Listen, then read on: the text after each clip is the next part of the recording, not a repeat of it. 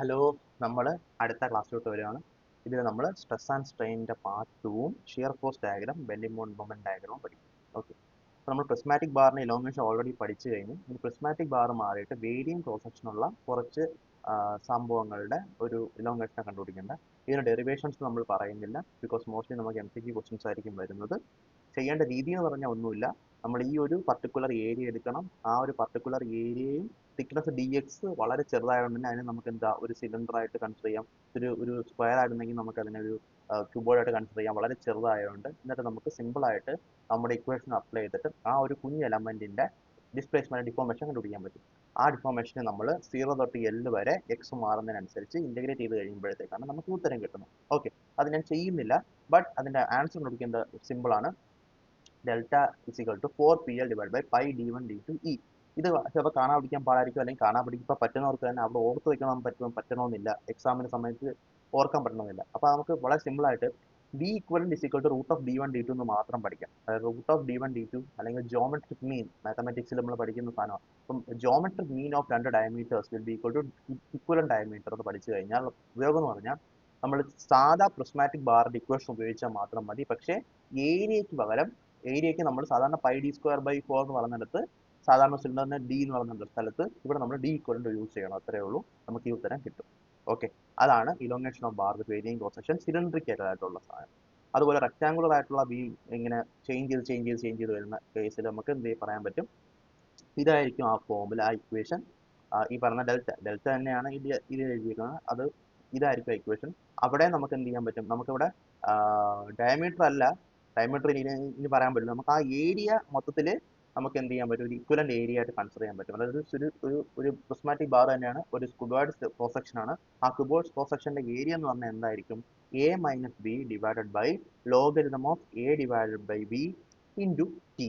A - B divide by ln A by B into T. ഇതെന്ന് പറഞ്ഞാൽ ഇവിടെ മാത്രമല്ല, നമുക്ക് വേറെ പല സ്ഥലങ്ങളിലും ഇതുപോലത്തെ ഇക്വേഷൻ നമുക്ക് ആവശ്യമായിട്ട് വരും. ഉദാഹരണത്തിന് നമുക്ക് കണ്ടക്ഷൻ പഠിക്കുമ്പോഴത്തേക്ക് ഇങ്ങനെ ഒരു ഇക്വേഷൻ്റെ ആവശ്യം വരുന്നുണ്ട്. അപ്പോൾ അത് ഞാൻ അപ്പോൾ പറയാം. ഇതിപ്പോൾ ജസ്റ്റ് മനസ്സിലാക്കുക, A - B divide by ln of A divide by B into T. അതാണ് ആ ഒരു ഏരിയ. എന്നിട്ട് ആ ഏരിയ വെച്ചിട്ട് നമ്മൾ സാധാ ഒരു പ്രിസ്മാറ്റിക് റെക്ടാങ്കുലർ ബാറാന്ന് വിചാരിച്ച് നമ്മൾ ജസ്റ്റ് ആ അപ്ലൈ ചെയ്ത് കഴിഞ്ഞാൽ ഇക്വേഷൻ അപ്ലൈ ചെയ്ത് കഴിഞ്ഞാൽ PL/A എന്ന് പറഞ്ഞ ഇക്വേഷൻ അപ്ലൈ ചെയ്ത് കഴിഞ്ഞാൽ നമുക്ക് ഡെൽറ്റ കിട്ടും. അത്രേ ഉള്ളൂ സംഭവം.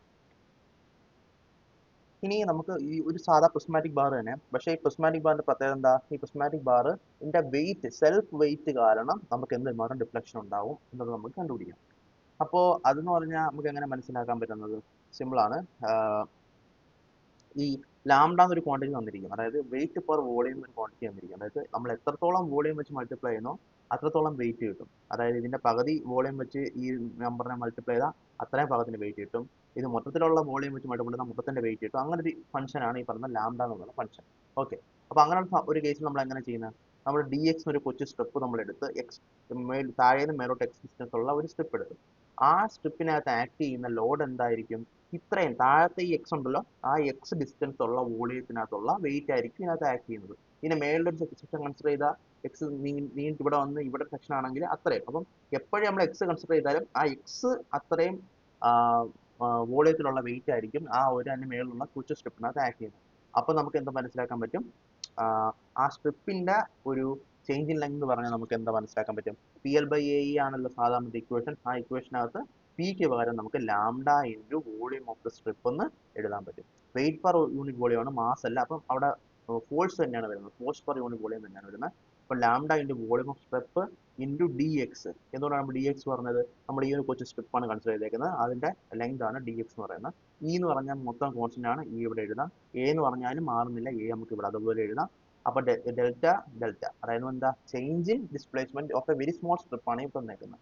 അതിന് നമ്മൾ എന്താ പറയുക, അപ്പം അതിനകത്ത് lambda into volume of strip എന്ന് പറഞ്ഞാൽ വോളിയം എന്ന് പറഞ്ഞാൽ നമുക്ക് എങ്ങനെ എഴുതാൻ പറ്റും, A ഇൻറ്റു എക്സ് എന്ന് എഴുതാം. അപ്പോൾ നമുക്ക് lambda AX dx divide by EA lambda x dx divide by E എന്ന് വരും. എന്നിട്ട് നമുക്ക് എന്ത് ചെയ്യാൻ പറ്റും, അതിനെ നമ്മൾ 0 തൊട്ട് L വരെ, എക്സിനെ നമുക്ക് 0 തൊട്ട് L വരെ കൺസിഡർ ചെയ്യാം. അത്രയും ദൂരം നമ്മൾ ഇതിനെ ഇന്റഗ്രേറ്റ് ചെയ്ത് കഴിഞ്ഞാൽ നമുക്ക് ഞാൻ വീണ്ടും പറഞ്ഞത് എങ്ങനെ ഇന്റഗ്രേറ്റ് ചെയ്യുന്നത് ഞാൻ പറയുന്നില്ല. ഈ ഒരു കോൺസ്റ്റന്റ് എടുത്ത് പുറത്തിടുന്നു, എന്നിട്ട് എക്സിനെ നമുക്ക് x²/2 എന്ന് എഴുതാം. ആ 2നെയും പുറത്തിടുന്നു, എന്നിട്ട് നമ്മൾ അതിനകത്ത് ലിമിറ്റ് അപ്ലൈ ചെയ്യുന്നു. അങ്ങനെ നമുക്ക് WL ഡിവൈഡ് ബൈ 2AE എന്ന് കിട്ടും.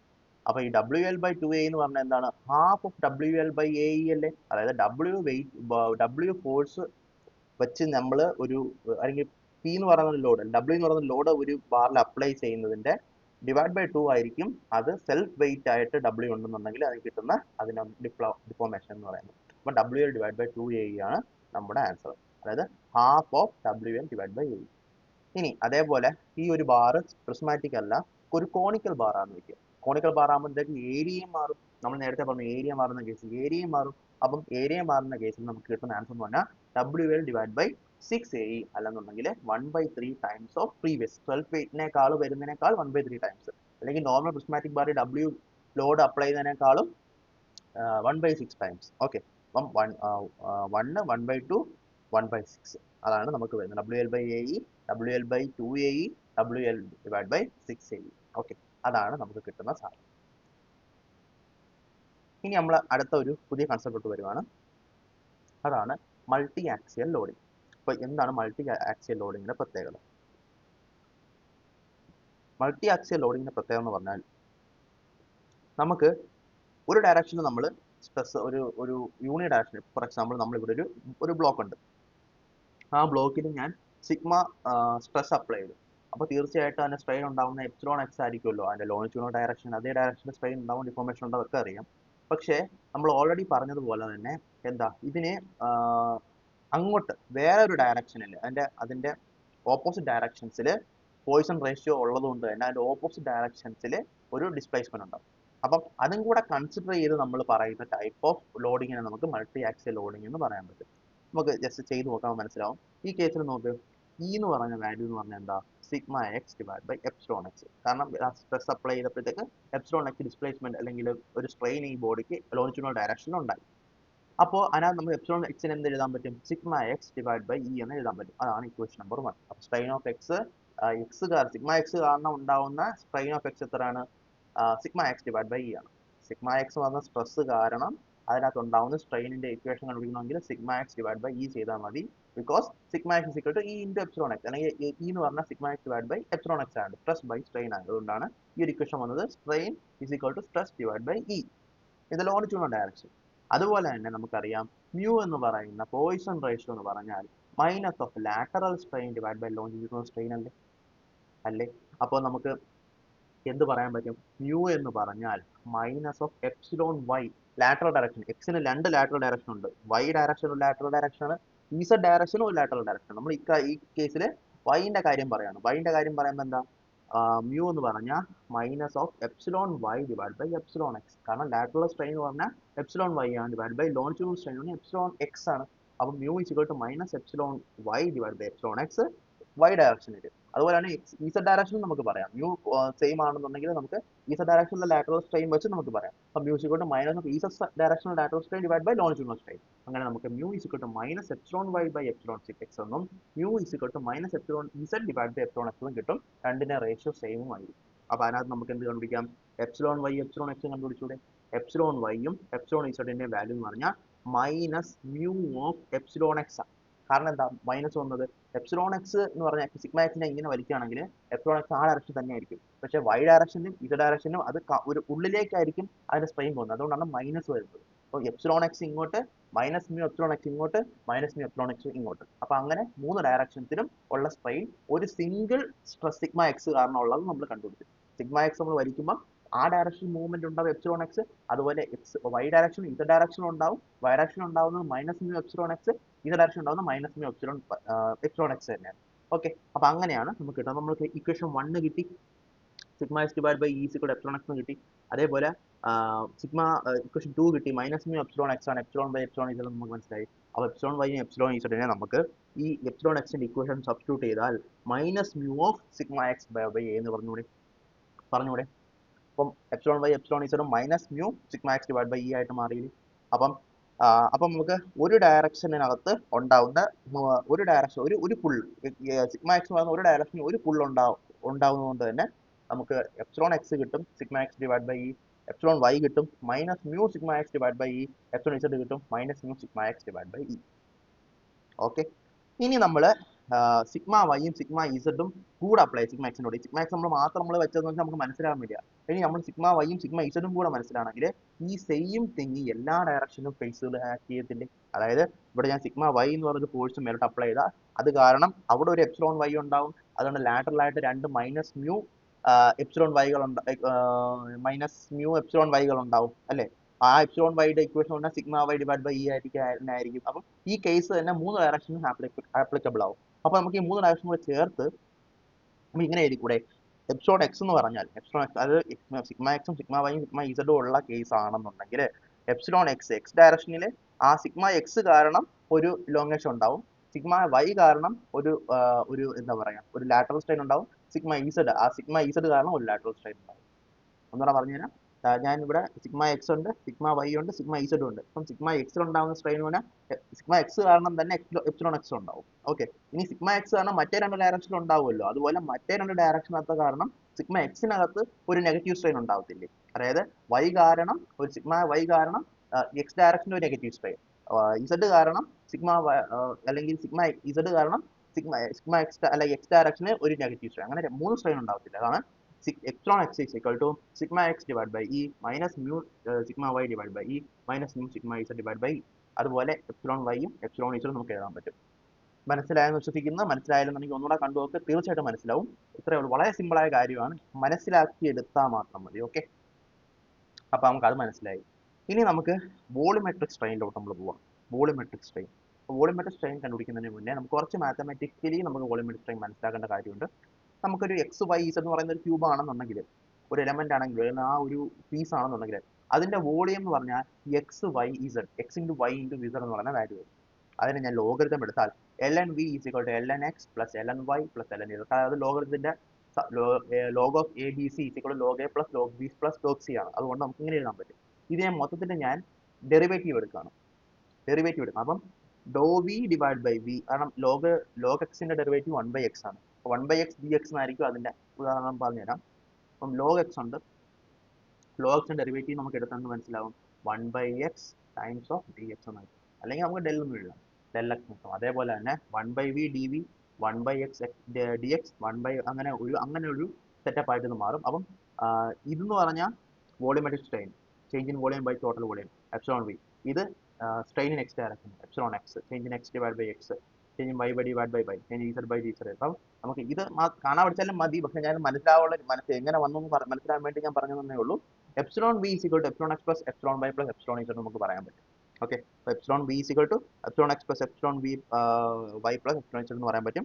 ഈ മൂന്നെണ്ണത്തിന്റെയും ഇക്വേഷൻ പിന്നെ മൾട്ടി ആക്സിയൽ ലോഡിങ്ങിന്റെ കേസാണ് പറഞ്ഞത്. മൾട്ടി ആക്സിയൽ ലോഡിങ്ങിലുള്ള എപ്സിലോൺ എക്സ്, അത് എക്സ് കാരണം വൈ കാരണം ഇസഡ് കാരണം അങ്ങനെയുള്ള epsilon X epsilon Y epsilon ഇസഡും കണ്ടുപിടിച്ച് എപ്സിലോൺ വി എന്ന് പറഞ്ഞാൽ അല്ലെങ്കിൽ വോളിമെട്രിക് സ്ട്രെയിൻ എന്ന് പറഞ്ഞാൽ sigma epsilon X plus epsilon Y plus epsilon Z ആയിരുന്നു. അപ്പോൾ നമ്മൾ ഈ മൂന്ന് ഇക്വേഷൻ കൂടെ ആഡ് ചെയ്യുമ്പോൾ നമുക്ക് ഇങ്ങനെ ഒരു വലിയൊരു ഇക്വേഷൻ കിട്ടും. നിങ്ങൾക്ക് ചെയ്തു നോക്കാവുന്നതേ ഉള്ളൂ. നമ്മൾ കോമൺ ഒക്കെ എടുത്ത് സെറ്റ് ചെയ്ത് നമ്മൾ വരുമ്പോൾ നമുക്ക് sigma X plus sigma Y plus sigma Z divided by E into 1 minus 2 mu എന്നാണ് നമുക്ക് കിട്ടുന്ന എപ്സിലോൺ വിയുടെ വാല്യൂ. ഓക്കെ, അപ്പം വോളിമെട്രിക് സ്ട്രെയിൻ എന്ന് പറഞ്ഞാൽ sigma X plus sigma Y plus sigma Z divided by E into 1 minus 2 mu എന്ന് നമുക്ക് കിട്ടും. ഓക്കെ ഓക്കെ, അപ്പോൾ ഫോർ ആൻ എലം ഓക്കെ, അപ്പോൾ കൺസെപ്റ്റ് എത്രയേ ഉള്ളൂ. കൺസെപ്റ്റ് വളരെ സിമ്പിളാണ്. ഈ ഒരു ഇക്വേഷനകത്താണ് നമുക്ക് നേരത്തെ നമ്മൾ ഇന്റെ ഇത് പഠിച്ചത്, നമ്മൾ ഇന്റെ ഇക്വേഷൻ പഠിച്ചായിരുന്നു. എന്താ ഓർമ്മയുണ്ടോ? ഇന്റെ ഇക്വേഷൻ നമ്മൾ പഠിച്ച ഓർമ്മയുണ്ടോ? ഇന്റെ ഇക്വേഷൻ എങ്ങനെ പഠിച്ചത്? 3k into 1 minus 2 mu. അത് നമ്മൾ ഇതിനകത്താണ് ഏതാ കുറെ, പക്ഷേ അതിലോട്ട് നമ്മൾ പോകണില്ല. ഇത് ജസ്റ്റ് മനസ്സിലാക്കിയാൽ മൾട്ടി ആക്സിയൽ ലോഡിങ് വരുമ്പം അതിനകത്ത് ഉണ്ടാവുന്ന വോളിമെട്രിക് സ്ട്രെയിൻ ഇക്വേഷൻ എന്ന് പറഞ്ഞാൽ sigma X plus sigma Y plus sigma Z divided by E into 1 minus 2 mu. Okay, ഇനി എക്സിലുണ്ട് വൈയിൽ ഇസഡിൽ ഇല്ലെങ്കിൽ എന്ത് സംഭവിക്കും? ഈ സിഗ്മ എക്സും സിഗ്മ വൈയും സിഗ്മ ഇസഡും നമ്മൾ എടുക്കേണ്ട ആവശ്യമില്ല. മനസ്സിലായില്ലേ? അപ്പം ആ ഒരു രീതിയിൽ നമ്മൾ എവിടെയൊക്കെ സ്ട്രെസ് കൊടുക്കും അതിനനുസരിച്ച് വേണം നമ്മൾ എടുക്കുക. ഈ മൂന്നിടത്ത് നമ്മൾ ഒരു സ്ട്രെസ്സും കൊടുത്തില്ലെങ്കിൽ എപ്സിലോൺ വി 0 ആയിരിക്കും തീർച്ചയായിട്ടും, കാരണം അതിന് അനക്കമൊന്നും ഇല്ല. ഓക്കെ ഓക്കെ ആണോ? ഓക്കെ ആണോ? അപ്പോൾ അതാണ് നമ്മുടെ സംഭവം. മൂന്ന് ഡയറക്ഷനിൽ എങ്ങനെ മൂന്ന് ഡയറക്ഷനിലും ഓരോ സിഗ്മകൾ കൊടുത്താൽ എല്ലാം കൂടെ കമ്പൈൻ ചെയ്ത് വരുന്ന വോളിമെട്രിക് സ്ട്രെസ് എത്രയാണെന്ന് കണ്ടുപിടിക്കുന്ന സംഭവമാണ്. സിമ്പിളാണ്. Sigma X plus sigma Y plus sigma Z അല്ലെങ്കിൽ sum of total stresses acting on all the faces divided by E into 1 minus 2 mu. Problem. For an element in which stresses are applied, sigma x apply ചെയ്തിട്ടുണ്ട്, sigma y apply ചെയ്തിട്ടുണ്ട്, what should be sigma z if the volumetric strain is to be 0 given mu is equal to 0.3? മക്കളെ നോക്ക്, volumetric strain 0 ആവാൻ sigma എക്സും sigma Y sigma ഇസഡും എല്ലാം അങ്ങോട്ടും ഇങ്ങോട്ടും മാറണോ എന്നൊന്നുമില്ല. ഒരു ഓപ്ഷൻ എന്ന് പറഞ്ഞാൽ ഈ പറയുന്ന ന്യൂമറേറ്റർ 0 ആയാൽ മതി, 1 മൈനസ് 2 മ്യൂ 0 ആയാൽ മതി. അതായത് മ്യൂ എന്തായാൽ മതി, 1 മൈനസ് 2 മ്യൂ 0 എന്ന് പറഞ്ഞാൽ എന്താ അർത്ഥം? 2 mu is equal to 1 mu എന്ന് പറഞ്ഞാൽ 1/2. മ്യൂ 1/2 ഉള്ള ഒരു മെറ്റീരിയലിന് മ്യൂ 1/2 ഉള്ള ഒരു മെറ്റീരിയൽ, മ്യൂ 0.5 ഉള്ള ഒരു മെറ്റീരിയലിന് നമ്മൾ എന്തൊക്കെ സിഗ്മ എക്സും സിഗ്മ വൈ സിഗ്മ ഇസഡും കൊടുത്താലും അതിന് വോളിമെട്രിക് സ്ട്രെയിൻ 0 ആയിരിക്കും. കാരണം 1 മൈനസ് 2 മ്യൂ 0 ആയി പോകും, 1 മൈനസ് 2 മ്യൂ 0 ആയി പോകും. അതിന്റെ വോളിമെട്രിക് സ്ട്രെയിൻ 0 ആയിരിക്കും. ഇനി അങ്ങനെ അല്ലാത്തൊരു കേസ്, ഈ കേസ് അങ്ങനെയാണ്, കാരണം 0.3 എന്ന് പറഞ്ഞിട്ടുണ്ട്, 0.3 ഇവിടെ സബ്സ്റ്റിറ്റ്യൂട്ട് ചെയ്ത് എന്തായാലും 0 ആവത്തില്ല. ആ കേസിൽ സിഗ്മ എക്സും സിഗ്മ വൈയും സിഗ്മ ഇസഡിന്റെ സമ്മ് 0 ആയിരിക്കണം. മൂന്ന് സ്ട്രെസ്സുകളുടെയും സമ്മ് 0 ആയിരിക്കണം. മൂന്ന് സ്ട്രെസ്സുകളുടെ സമ്മ് 0 ആയിരിക്കുമ്പോഴത്തേക്ക് സിഗ്മ എക്സിന്റെ വാല്യൂ 175 തന്നിട്ടുണ്ട്, സിഗ്മ വൈയുടെ വാല്യൂ 50 തന്നിട്ടുണ്ട്, സിഗ്മ ഇസഡിന്റെ വാല്യൂ നമുക്ക് കണ്ടുപിടിക്കണം. ഇത് നമ്മൾ ചെയ്യണം. ഇത് 0 അല്ല, ഓൾറെഡി 0 അല്ല. അപ്പൊ നമ്മൾ ഈ ടോട്ടൽ സാധനം 0 ആയാൽ മാത്രം മതി. അതിനകത്ത് നമുക്ക് സിഗ്മ ഇസഡ് എന്ന് പറഞ്ഞാൽ എന്താ, -225 മെഗാ പാസ്കൽ. അപ്പൊ അതിനെ നമുക്ക് വേറെ കാര്യം മനസ്സിലാക്കാൻ പറ്റും. സിഗ്മ എക്സ് പോസിറ്റീവ് ആണ്, ടെൻസൈലാണ്, സിഗ്മ വൈ പോസിറ്റീവ് ആണ്, ടെൻസൈലാണ്. രണ്ടും ടെൻസൈൽ ആകുമ്പോഴത്തേക്ക് ഒരെണ്ണം കംപ്രസീവ് ആയിരിക്കും. അതാണ് മൈനസ് വന്നത്, -225 മെഗാ പാസ്കൽ വന്നത്. So that is all about multi axial loading.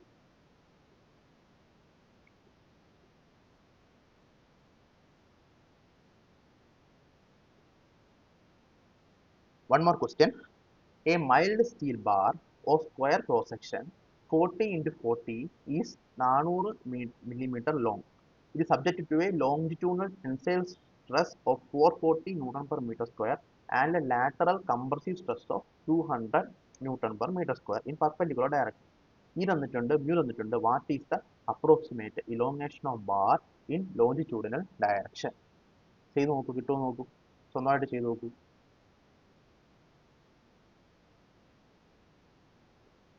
സ്വന്തമായിട്ട് പടം വെച്ച് ചെയ്ത് നോക്കൂ എങ്ങനെയാണ് വരുന്നതെന്ന്.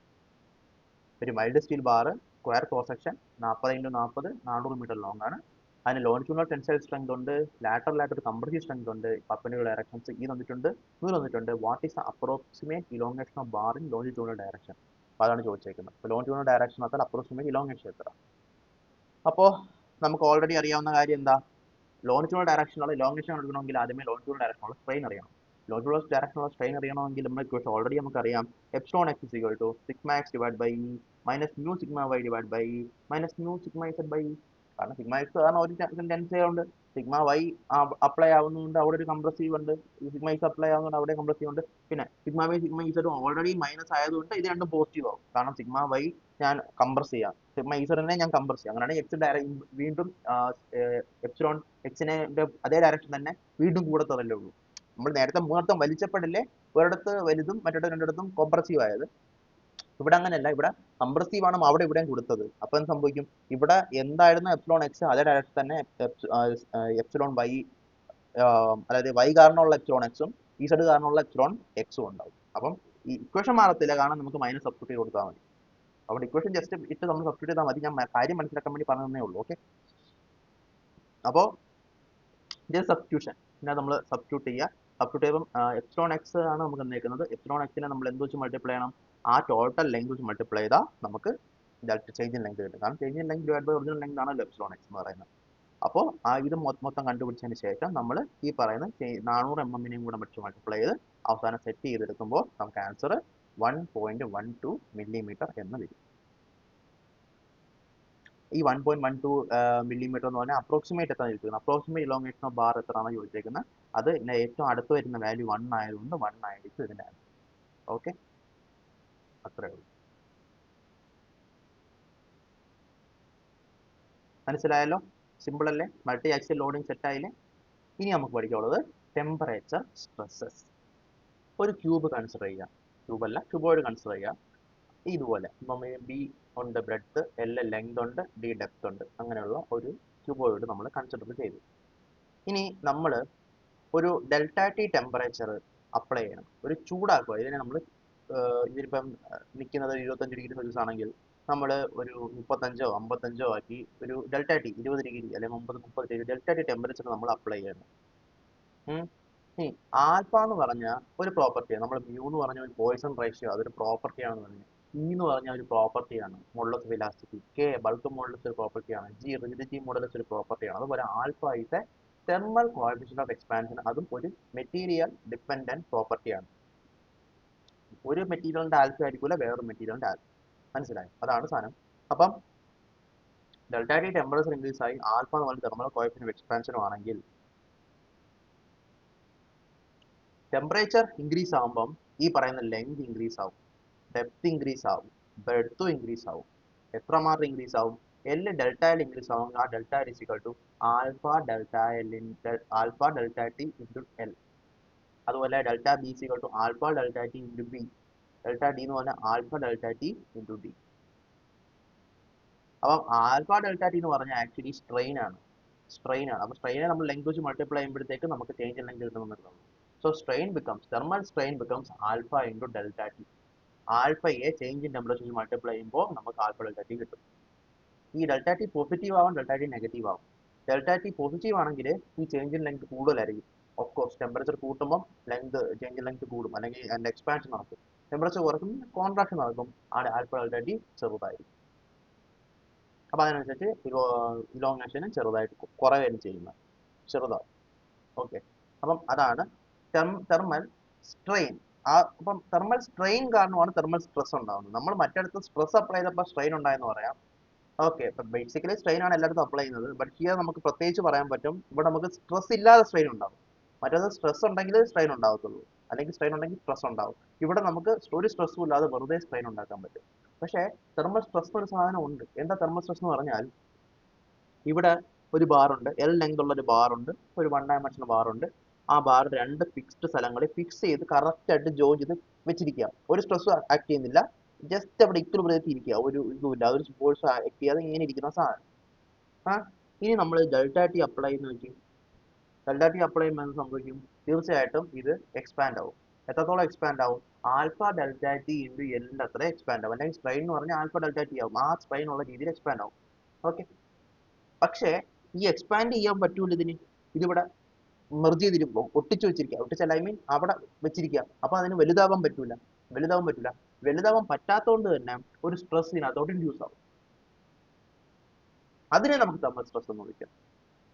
അതായത് നമ്മൾ ഒരു ബാർ ഇങ്ങനെ ഒരു സ്ഥലത്ത് വെച്ചേക്കുവാണ്, രണ്ടിടത്തും വോൾസ് ഉണ്ട്. എന്നിട്ട് നമ്മൾ ടെമ്പറേച്ചർ അപ്ലൈ ചെയ്യുമ്പോഴത്തേക്ക് അതിനകത്ത് ഒരു സ്ട്രെയിൻ ഉണ്ടാവും. ആ സ്ട്രെയിൻ പക്ഷേ അതിന് ഒരു ഡിഫോർമേഷൻ ആയിട്ട് മാറ്റാൻ പറ്റില്ല. അതുകൊണ്ട് ആ സ്ട്രെയിനെ റെസിസ്റ്റ് ചെയ്യുന്ന രീതിയിൽ വോൾ മാറും. അപ്പൊ ആ വോളിനെ റെസിസ്റ്റ് ചെയ്തുകൊണ്ട് ഇതിനകത്തൊരു സ്ട്രെസ് ഡെവലപ്പ് ആവും. ആ സ്ട്രെസ്സിനെ വിളിക്കുന്ന പേരാണ് thermal stresses. Okay, so thermal സ്ട്രെസ്സിന്റെ ഇക്വേഷൻ എന്താ? നേരത്തെ നമ്മൾ പഠിച്ച അതേ ഇക്വേഷൻ തന്നെയാണ്. അതായത് നമ്മൾ നേരത്തെ പഠിച്ചൊരു കാര്യമാണ്, സ്ട്രെസ് ബൈ സ്ട്രെയിൻ. എന്ന് പറഞ്ഞാൽ ഇ ആണെന്ന് പഠിക്കും. അപ്പൊ സ്ട്രെസ് എന്ന് പറഞ്ഞാൽ ഇ ഇൻറ്റു എപ്സിലോൺ, അല്ലെങ്കിൽ ഇ ഇൻറ്റു ഈ പറയുന്ന സ്ട്രെയിൻ ആയിരിക്കും. അപ്പം ഇ ഇൻറ്റു തെർമൽ സ്ട്രെയിൻ ആണ്. നമുക്ക് തെർമൽ സ്ട്രെസ് എന്ന് പറയാം. അതാണ് ഈ നമുക്ക് sigma is equal to E into thermal strain E alpha delta T. Okay, അപ്പം ആൽഫ ഡെൽറ്റ ടി എന്ന് പറഞ്ഞ സാധനത്തിനെ നമ്മൾ ലെങ്ത് വെച്ച് മൾട്ടിപ്ലൈ ചെയ്താൽ എത്രത്തോളം ഡിഫോർമേഷൻ കിട്ടിയെന്ന് പറഞ്ഞു. ആൽഫ ഡെൽറ്റ ടിനെ നമ്മൾ ഇ വെച്ച് മൾട്ടിപ്ലൈ ചെയ്താൽ എന്തുമാത്രം തെർമൽ സ്ട്രെസ് അതിനകത്ത് ആക്ട് ചെയ്യുന്നുണ്ട്, if it is constrained, if the body is constrained. അതാണ് സംഭവം. ഓക്കെ, ഇനി ഡെൽറ്റ ടി പോസിറ്റീവ് ആവണമെങ്കിൽ സിഗ്മ കംപ്രസീവ് ആയിരിക്കും, ഡെൽറ്റ ടി നെഗറ്റീവ് ആണെങ്കിൽ സിഗ്മ ടെൻസീവ് ആയിരിക്കും. കാരണം ഇത് ഓൾമോസ്റ്റ് ഒട്ടിച്ചിരിക്കുന്ന പോലെയാണ്. ഇത് ചെറുതാവാൻ സമ്മതിക്കില്ല, വലുതാവാൻ സമ്മതിക്കില്ല, അങ്ങനെ ഒരു ഫിക്സ്ഡ് ജോയിന്റിലായിരിക്കുന്നത്. മനസ്സിലായില്ലേ? ഇത് അതായത് ഞാൻ പറയുന്നത്, ഈ സാധനം ചെറുതാവുന്നെങ്കിൽ ആ ഒരു സ്ട്രെസ് വരത്തില്ലല്ലോ, അങ്ങ് ചെറുതായിക്കോളൂ എന്ന് വിചാരിക്കരുത്. അതവിടെ പിടിച്ചു വെച്ചിരിക്കുക. സോ അങ്ങോട്ട് പുഷ് ചെയ്യാനും പറ്റില്ല, ഇങ്ങോട്ട് പുള്ള് ചെയ്യാനും പറ്റില്ല. പുഷ് ചെയ്യാൻ ശ്രമിച്ചു കഴിഞ്ഞാൽ ഒരു കംപ്രസീവ് സ്ട്രെസ് ഉണ്ടാവും, പുള്ള് ചെയ്യാൻ ശ്രമിച്ചു കഴിഞ്ഞാൽ ഇതിനകത്തൊരു ടെൻസൈൽ സ്ട്രെസ് ഉണ്ടാവും. ഓക്കെ, സ്ട്രെസിന്റെ formula E into alpha delta T, അല്ലെങ്കിൽ alpha delta T into E. Okay, അതാണ് തെർമൽ സ്ട്രെസ്സസ്. അടുത്തത് temperature stresses in a composite section. അപ്പോൾ നമ്മൾ ഓൾറെഡി പഠിച്ചു കഴിഞ്ഞാൽ എന്താണ്, നമ്മൾ ഒരു പർട്ടിക്കുലർ പ്രിസ്മാറ്റിക് ബാർ ആണെങ്കിൽ എങ്ങനെ കണ്ടുപിടിക്കുമെന്ന് പഠിച്ചു. പക്ഷേ രണ്ട് പ്രിസ്മാറ്റിക് ബാർ ഉണ്ടെന്ന് വിചാരിക്കും. ഈ രണ്ട് പ്രിസ്മാറ്റിക് ബാറിനും ഡിഫറൻറ്റ് ആണ്, വേറെയാണ്, ഏരിയ ഓഫ് പ്രൊട്ടക്ഷൻ വേറെയാണ്, ലെങ്ത് സെയിം ആണ്, നമ്മൾ അപ്ലൈ ചെയ്യുന്ന ടെമ്പറേച്ചറും സെയിം ആണ്. ഈ പറയുന്ന ഇവിടെ ഫിക്സ്ഡ് ആണ്, പക്ഷെ ഇവിടെ ഫിക്സ്ഡ് അല്ല, രണ്ടും കൂടെ ഫിക്സ്ഡ് അല്ല, ഇവിടെ ഫിക്സ്ഡ് ആണ്. ഓക്കെ, ഇവിടെ പക്ഷേ ഫിക്സ്ഡ് അല്ല, ഇത് പക്ഷേ ഈ വണ്ണും ഇതുമായിട്ട് അറ്റാച്ച്ഡ് ആണ്, ടൂവിനോട്ട് അറ്റാച്ച്ഡ് ആണ്. അതായത് ഈ ഒരുമിച്ച് ഇതിന് മൂവ് ചെയ്യാൻ പറ്റുള്ളൂ, അല്ലാതെ വണ്ണിന്റെ കൂടെ ഇതങ്ങ് പോകും, ടു വെളിയിൽ നിൽക്കും, അങ്ങനല്ല, ഒരുമിച്ച് ഇതിന് പോകാൻ പറ്റും. അങ്ങനെ ഇതിനെ കൺസ്ട്രെയിൻ ചെയ്തേക്കണം. വണ്ണും ഇതും ടൂവും ഇതും ആയിട്ട് കൺസ്ട്രെയിൻഡ് ആണ്. ഓക്കെ, ഇത് പക്ഷെ ഫിക്സ്ഡ് ആണ്. സോ അങ്ങനെയുള്ള ഒരു കേസ് ആണ് നമുക്കുള്ള ഈ ഒരു കേസ്. ഈ കേസിൽ നമ്മൾ കുറച്ച് ടെമ്പറേച്ചർ ഡെൽറ്റ ടി അപ്ലൈ ചെയ്യണം. അപ്പം ആദ്യമേ നമ്മൾ പറയുന്നത് ഈ ഒരു സാധനം ഇവിടെ ഇല്ല, കൺസ്ട്രെയിൻഡേ അല്ല, രണ്ട് ബാറുകൾ മാറുണ്ടായിരുന്നെങ്കിൽ അത് ഇത്രയും എക്സ്പാൻഡ് ആയാണ്. ഇത് എത്ര എക്സ്പാൻഡ് ആകും നമുക്ക് ഓൾറെഡി അറിയാം. ഡെൽറ്റ ടി ടെമ്പറേച്ചർ ഉണ്ട്, ആൽഫ വൺ ആണ് വണ്ണിനുള്ളതാണെങ്കിൽ എൽ സെയിം ആണെങ്കിൽ L alpha one delta T ആയിരിക്കും. ഇത് ആദ്യമേ ഫ്രീ ആയിട്ട് എക്സ്പാൻഡ് ചെയ്യും. നമ്പർ 2 എത്ര ആയിരിക്കും, L alpha to delta T ആയിരിക്കും, അത് ഫ്രീ ആയിട്ട് എക്സ്പാൻഡ് ചെയ്യുന്ന അത്രയും ഡിസ്റ്റൻസ്. ഓക്കെ, പക്ഷേ ഇവിടെ നിന്ന് സംഭവിക്കുന്നത്, ഇവിടെ ഈ സാധനമായിട്ട് ഫിക്സ്ഡ് ആയതുകൊണ്ട് തന്നെ ഇത് ഈ ഇത്രയും എൽ ആൽഫ ടു ഡെൽറ്റ ടീനെ അത്രയും കുറച്ചുമല്ല എക്സ്പാൻഡ് ചെയ്യുക, ഈ പറയുന്ന L alpha one delta T അത്ര എക്സ്പാൻഡ് ചെയ്യുകയും ചെയ്യത്തില്ല. രണ്ടിനും നടുക്കൊരു പോയിന്റ് ആയിരിക്കും വന്ന് നിൽക്കുന്നത്. നിങ്ങളൊന്ന് വിഷ്വലൈസ് ചെയ്ത് നോക്കിയാൽ മനസ്സിലാവും. ഇത് അത്ര അങ്ങ് പോകത്തില്ല, എന്നാൽ ഇത് അങ്ങ് പോകത്തില്ല. രണ്ടിനും അങ്ങോട്ടും ഇങ്ങോട്ടും പിടിവലി ഈക്വൽ ആവുന്നു.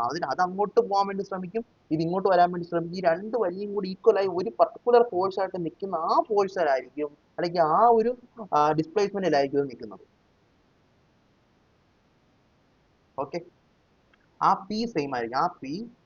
ആ ഫോഴ്സ് ഇവിടെ ഇവ നിർത്താൻ വേണ്ടി ഉപയോഗിക്കുന്ന ഫോഴ്സ് ഇതിന് അപ്ലൈ ചെയ്യുന്നതും ഇതിന് അപ്ലൈ ചെയ്യുന്നതും ഈക്വൽ ആയിരിക്കും. ഇതിനകത്ത് ഇങ്ങോട്ട് വലിക്കാൻ വേണ്ടി ശ്രമിക്കും, കാരണം ഇത് ഇങ്ങനെ വീണ്ടും ഇങ്ങോട്ട് വരണം, ഇതിനേക്കാൾ ഇങ്ങോട്ട് വരാനാണ് ശ്രമം. അത് ഇങ്ങോട്ട് ഒരു പുള്ള് ഇത് കൊടുക്കും, ഇത് ഇങ്ങോട്ടൊരു പുള്ള് കൊടുക്കും. അപ്പൊ ഈ രണ്ട് പുള്ളും കൂടെ ബാലൻസ് ആയി ഒരു പർട്ടിക്കുലർ പിയിൽ നിൽക്കുന്ന ആ ഒരു പോയിന്റിലായിരിക്കും ഈ സാധനം വന്ന് നിൽക്കുന്നത്.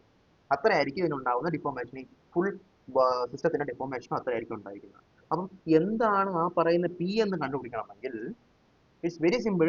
ആ പി എന്ന് പറഞ്ഞാൽ സിഗ്മ വണ്ണിന്റെ എ വൺ, കാരണം ഇത് അപ്ലൈ ചെയ്യുന്ന ഇത് ഫുൾ എക്സ്പാൻഡ് ചെയ്യാൻ സമ്മതിക്കാതെ ഇതിനകത്ത് അപ്ലൈ ആവുന്ന ഒരു സ്ട്രെസ് ഉണ്ടല്ലോ, ആ സ്ട്രെസ് ഇൻറ്റു ഏരിയ ആയിരിക്കും, ഇതിന്റെ ഏരിയ ആയിരിക്കും ഇങ്ങോട്ട് കിട്ടുന്ന പി എന്ന് പറയുന്നത്. അതുപോലെ ഇതിന് സിഗ്മ ടുവിന് ഇങ്ങോട്ട് വലിക്കുവാണല്ലോ, ആ വലിക്കുന്ന പി എന്ന് പറഞ്ഞാൽ ഇതിനകത്ത് പ്രൊഡ്യൂസ് ചെയ്യുന്ന സ്ട്രെസ് ഇൻറ്റു ഇതിന്റെ ഏരിയ ആയിരിക്കും. So P is equal to sigma one A one is equal to sigma two A two എന്ന് പറയുന്ന ഒരു ഫോഴ്സ് ആയിരിക്കും ഇതിനെ ഇവിടെ പിടിച്ചു നിർത്താനുള്ള കാരണം. ആ ഫോഴ്സ് അങ്ങോട്ടും ഉണ്ട് ഇങ്ങോട്ടും ഉണ്ട്, ഈക്വൽ ആൻഡ് ഓപ്പോസിറ്റ് ബാലൻസ്ഡ് ആയതുകൊണ്ട് അവിടെ നിൽക്കുന്നു എന്ന് മാത്രമേ ഉള്ളൂ.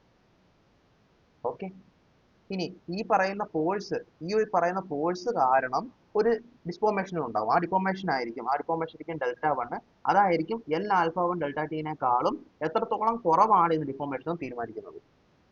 അതേപോലെ തന്നെ നേരത്തെ പറഞ്ഞ എൽ ആൽഫ ടു ഡെൽറ്റ ടീനേക്കാളും എത്രത്തോളം കൂടുതൽ ഡെൽറ്റ വരുന്നോ ആ ഡെൽറ്റ ഉണ്ടാവുന്നത് ഈ പറയുന്ന സ്ട്രെസ് മൂലമായിരിക്കും, അല്ലെങ്കിൽ ഈ പറയുന്ന ആ പി എന്ന് പറയുന്ന ഫോഴ്സ് കാരണമായിരിക്കും.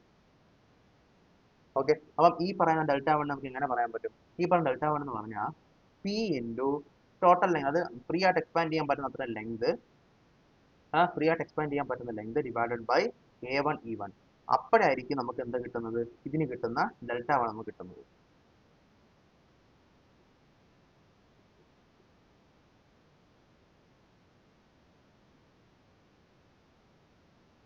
ഇത്രയും ഫ്രീ ആയിട്ട് എക്സ്പാൻഡ് ചെയ്യുന്ന ബാർ, ആ ഫ്രീ ആയിട്ട് എക്സ്പാൻഡ് ചെയ്യുന്ന ബാറിനെ പിറകോട്ട് വലിച്ച് നിർത്തണമെങ്കിൽ അത് നമ്മൾ അപ്ലൈ ചെയ്യേണ്ട ഒരു ഫോഴ്സ് ഉണ്ടല്ലോ, അതിന് അപ്ലൈ ചെയ്യേണ്ട ആ ഒരു ഡിഫോർമേഷൻ ഉണ്ടല്ലോ, അത് കിട്ടണമെന്നുണ്ടെങ്കിൽ നമ്മൾ എന്ത് ചെയ്യണം, P into L plus L alpha delta T എന്ന് പറയുന്ന ആ കംപ്ലീറ്റ് ബാറിന്റെ ലെങ്ത് ഡിവൈഡഡ് ബൈ അതിന്റെ ഏരിയ ഇൻറ്റു അതിന്റെ ഈ വഴി ചെയ്താൽ മതി. കാരണം നേരത്തെ ഉള്ള അതേ concept F is equal to K X എന്ന കൺസെപ്റ്റ് തന്നെയാണ് ഇവിടെ വരുന്നത്.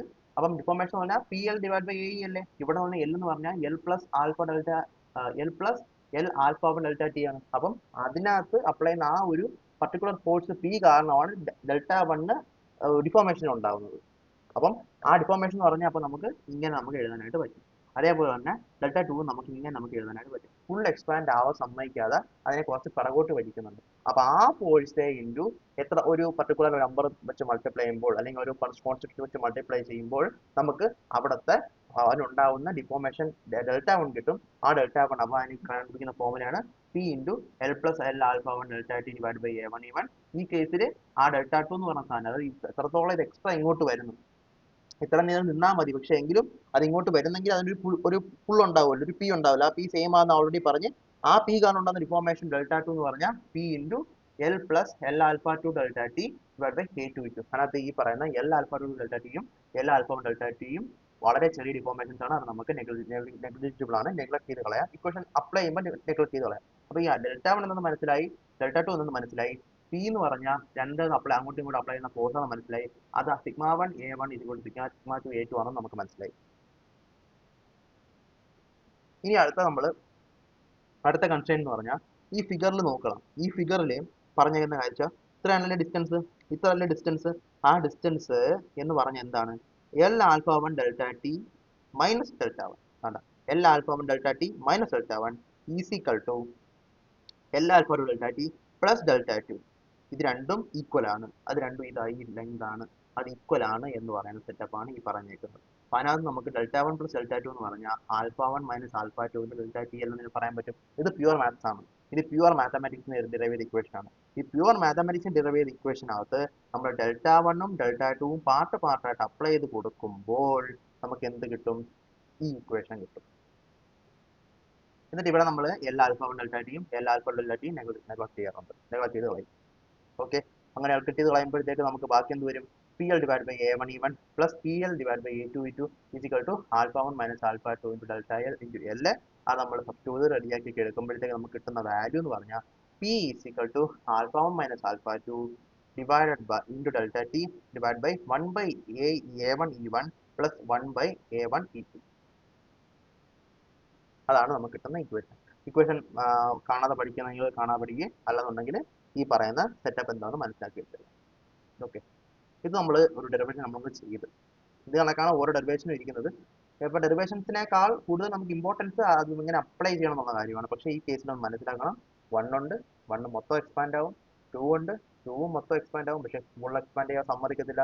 അതുകൊണ്ട് ഇതിനെ ഇങ്ങോട്ട് ഒരു പി ഫോഴ്സ് വലിക്കും, ഇതിനെ ഇങ്ങോട്ട് ഒരു പി ഫോഴ്സ് വലിക്കും. അപ്പോൾ ആ ഫുൾ എക്സ്പാൻഡ് ആയ സാധനത്തിനകത്ത് ഒരു ഫോഴ്സ് അപ്ലൈ ചെയ്യുമ്പോൾ, ഒരു സ്ട്രെസ് അപ്ലൈ ചെയ്യുമ്പോഴായിരിക്കും ഒരു സ്ട്രെയിൻ ഉണ്ടാകുന്നത്, അത് കാരണം ഡിഫോർമേഷൻ ഉണ്ടാവും, അത് Δ1. ഇതിനകത്ത് ഒരു പി ഫോഴ്സ് അപ്ലൈ ചെയ്യുമ്പോഴേക്കും ഒരു സ്ട്രെസ് ഉണ്ടാവും, അത് കാരണം അപ്ലൈ ചെയ്യുന്ന Δ2 എന്ന് പറയുന്ന ലെങ്ത് വരും. അങ്ങനെ നമുക്ക് Δ1ഉം Δ2ന്റെ ഇക്വേഷൻ നമുക്ക് ഇങ്ങനെ എഴുതാൻ പറ്റും. ആ ഫോഴ്സ് കാരണം വരുന്ന ഡിഫോർമേഷൻ ഉള്ള രീതിക്ക് എഴുതാൻ പറ്റും. F = KX എന്ന് പറയുന്ന ഫോമുല തന്നെയാണ്. K എന്ന് പറഞ്ഞാൽ A/L ആണൊക്കെ നമ്മൾ ഓൾറെഡി പഠിച്ചു കഴിഞ്ഞാൽ. നൗ പി എന്ന് പറഞ്ഞ സാധനം അങ്ങോട്ടും ഇങ്ങോട്ടും സെയിം ആയിട്ട് σ1 A1 σ2 A2 നമുക്ക് പറയാൻ പറ്റും. അതുപോലെ തന്നെ മാത്തമാറ്റിക്സിനകത്ത് നമുക്ക് ഈ പറയുന്ന ഒരു സാധനം ഡെറിവ് ചെയ്തെടുക്കാൻ പറ്റും. ഇതെല്ലാം കൂടെ നമ്മൾ ഇക്വേഷൻ സബ്സ്റ്റിറ്റ്യൂട്ട് ചെയ്ത് വരുമ്പോഴത്തേക്ക് നമുക്ക് അവസാനം എത്ര ഫോഴ്സ് പി ആണ് ഇതിനകത്ത് ഉണ്ടായതെന്ന് മനസ്സിലാക്കാൻ പറ്റും. എത്ര ഫോഴ്സ് പി ആണ് ഇതിനകത്ത് ഉണ്ടായെന്ന് മനസ്സിലാക്കി കഴിഞ്ഞാൽ ഇതിന് സ്ട്രെസ് കണ്ടുപിടിക്കാൻ വല്ല പാടുണ്ടോ? σ1 എന്ന് പറഞ്ഞാൽ P ഡിവൈഡ് ബൈ A1, σ2 എന്ന് പറഞ്ഞാൽ P ഡിവൈഡ് ബൈ A2. അപ്പൊ അങ്ങനെ നമുക്ക് ഇതിനകത്ത് അപ്ലൈ ചെയ്യുന്ന രണ്ട് സ്ട്രെസ്സുകളും കണ്ടുപിടിക്കാനായിട്ട് പറ്റും. അങ്ങനെയാണ് നമ്മൾ temperature stress in composite section determine ചെയ്യുന്നത്. ഓക്കെ, ഇപ്പോൾ ഒരു പേപ്പർ എടുക്കുക, ഈ ഇക്വേഷൻ ഒരു 5 വട്ടം എഴുതിക്കൊള്ളുക.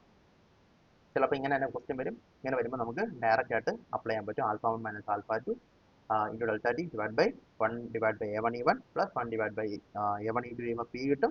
ആ പീനെ നമ്മൾ A1 ഡിവൈഡ് ചെയ്താൽ σ1 കിട്ടും, A2 ഡിവൈഡ് ചെയ്താൽ σ2.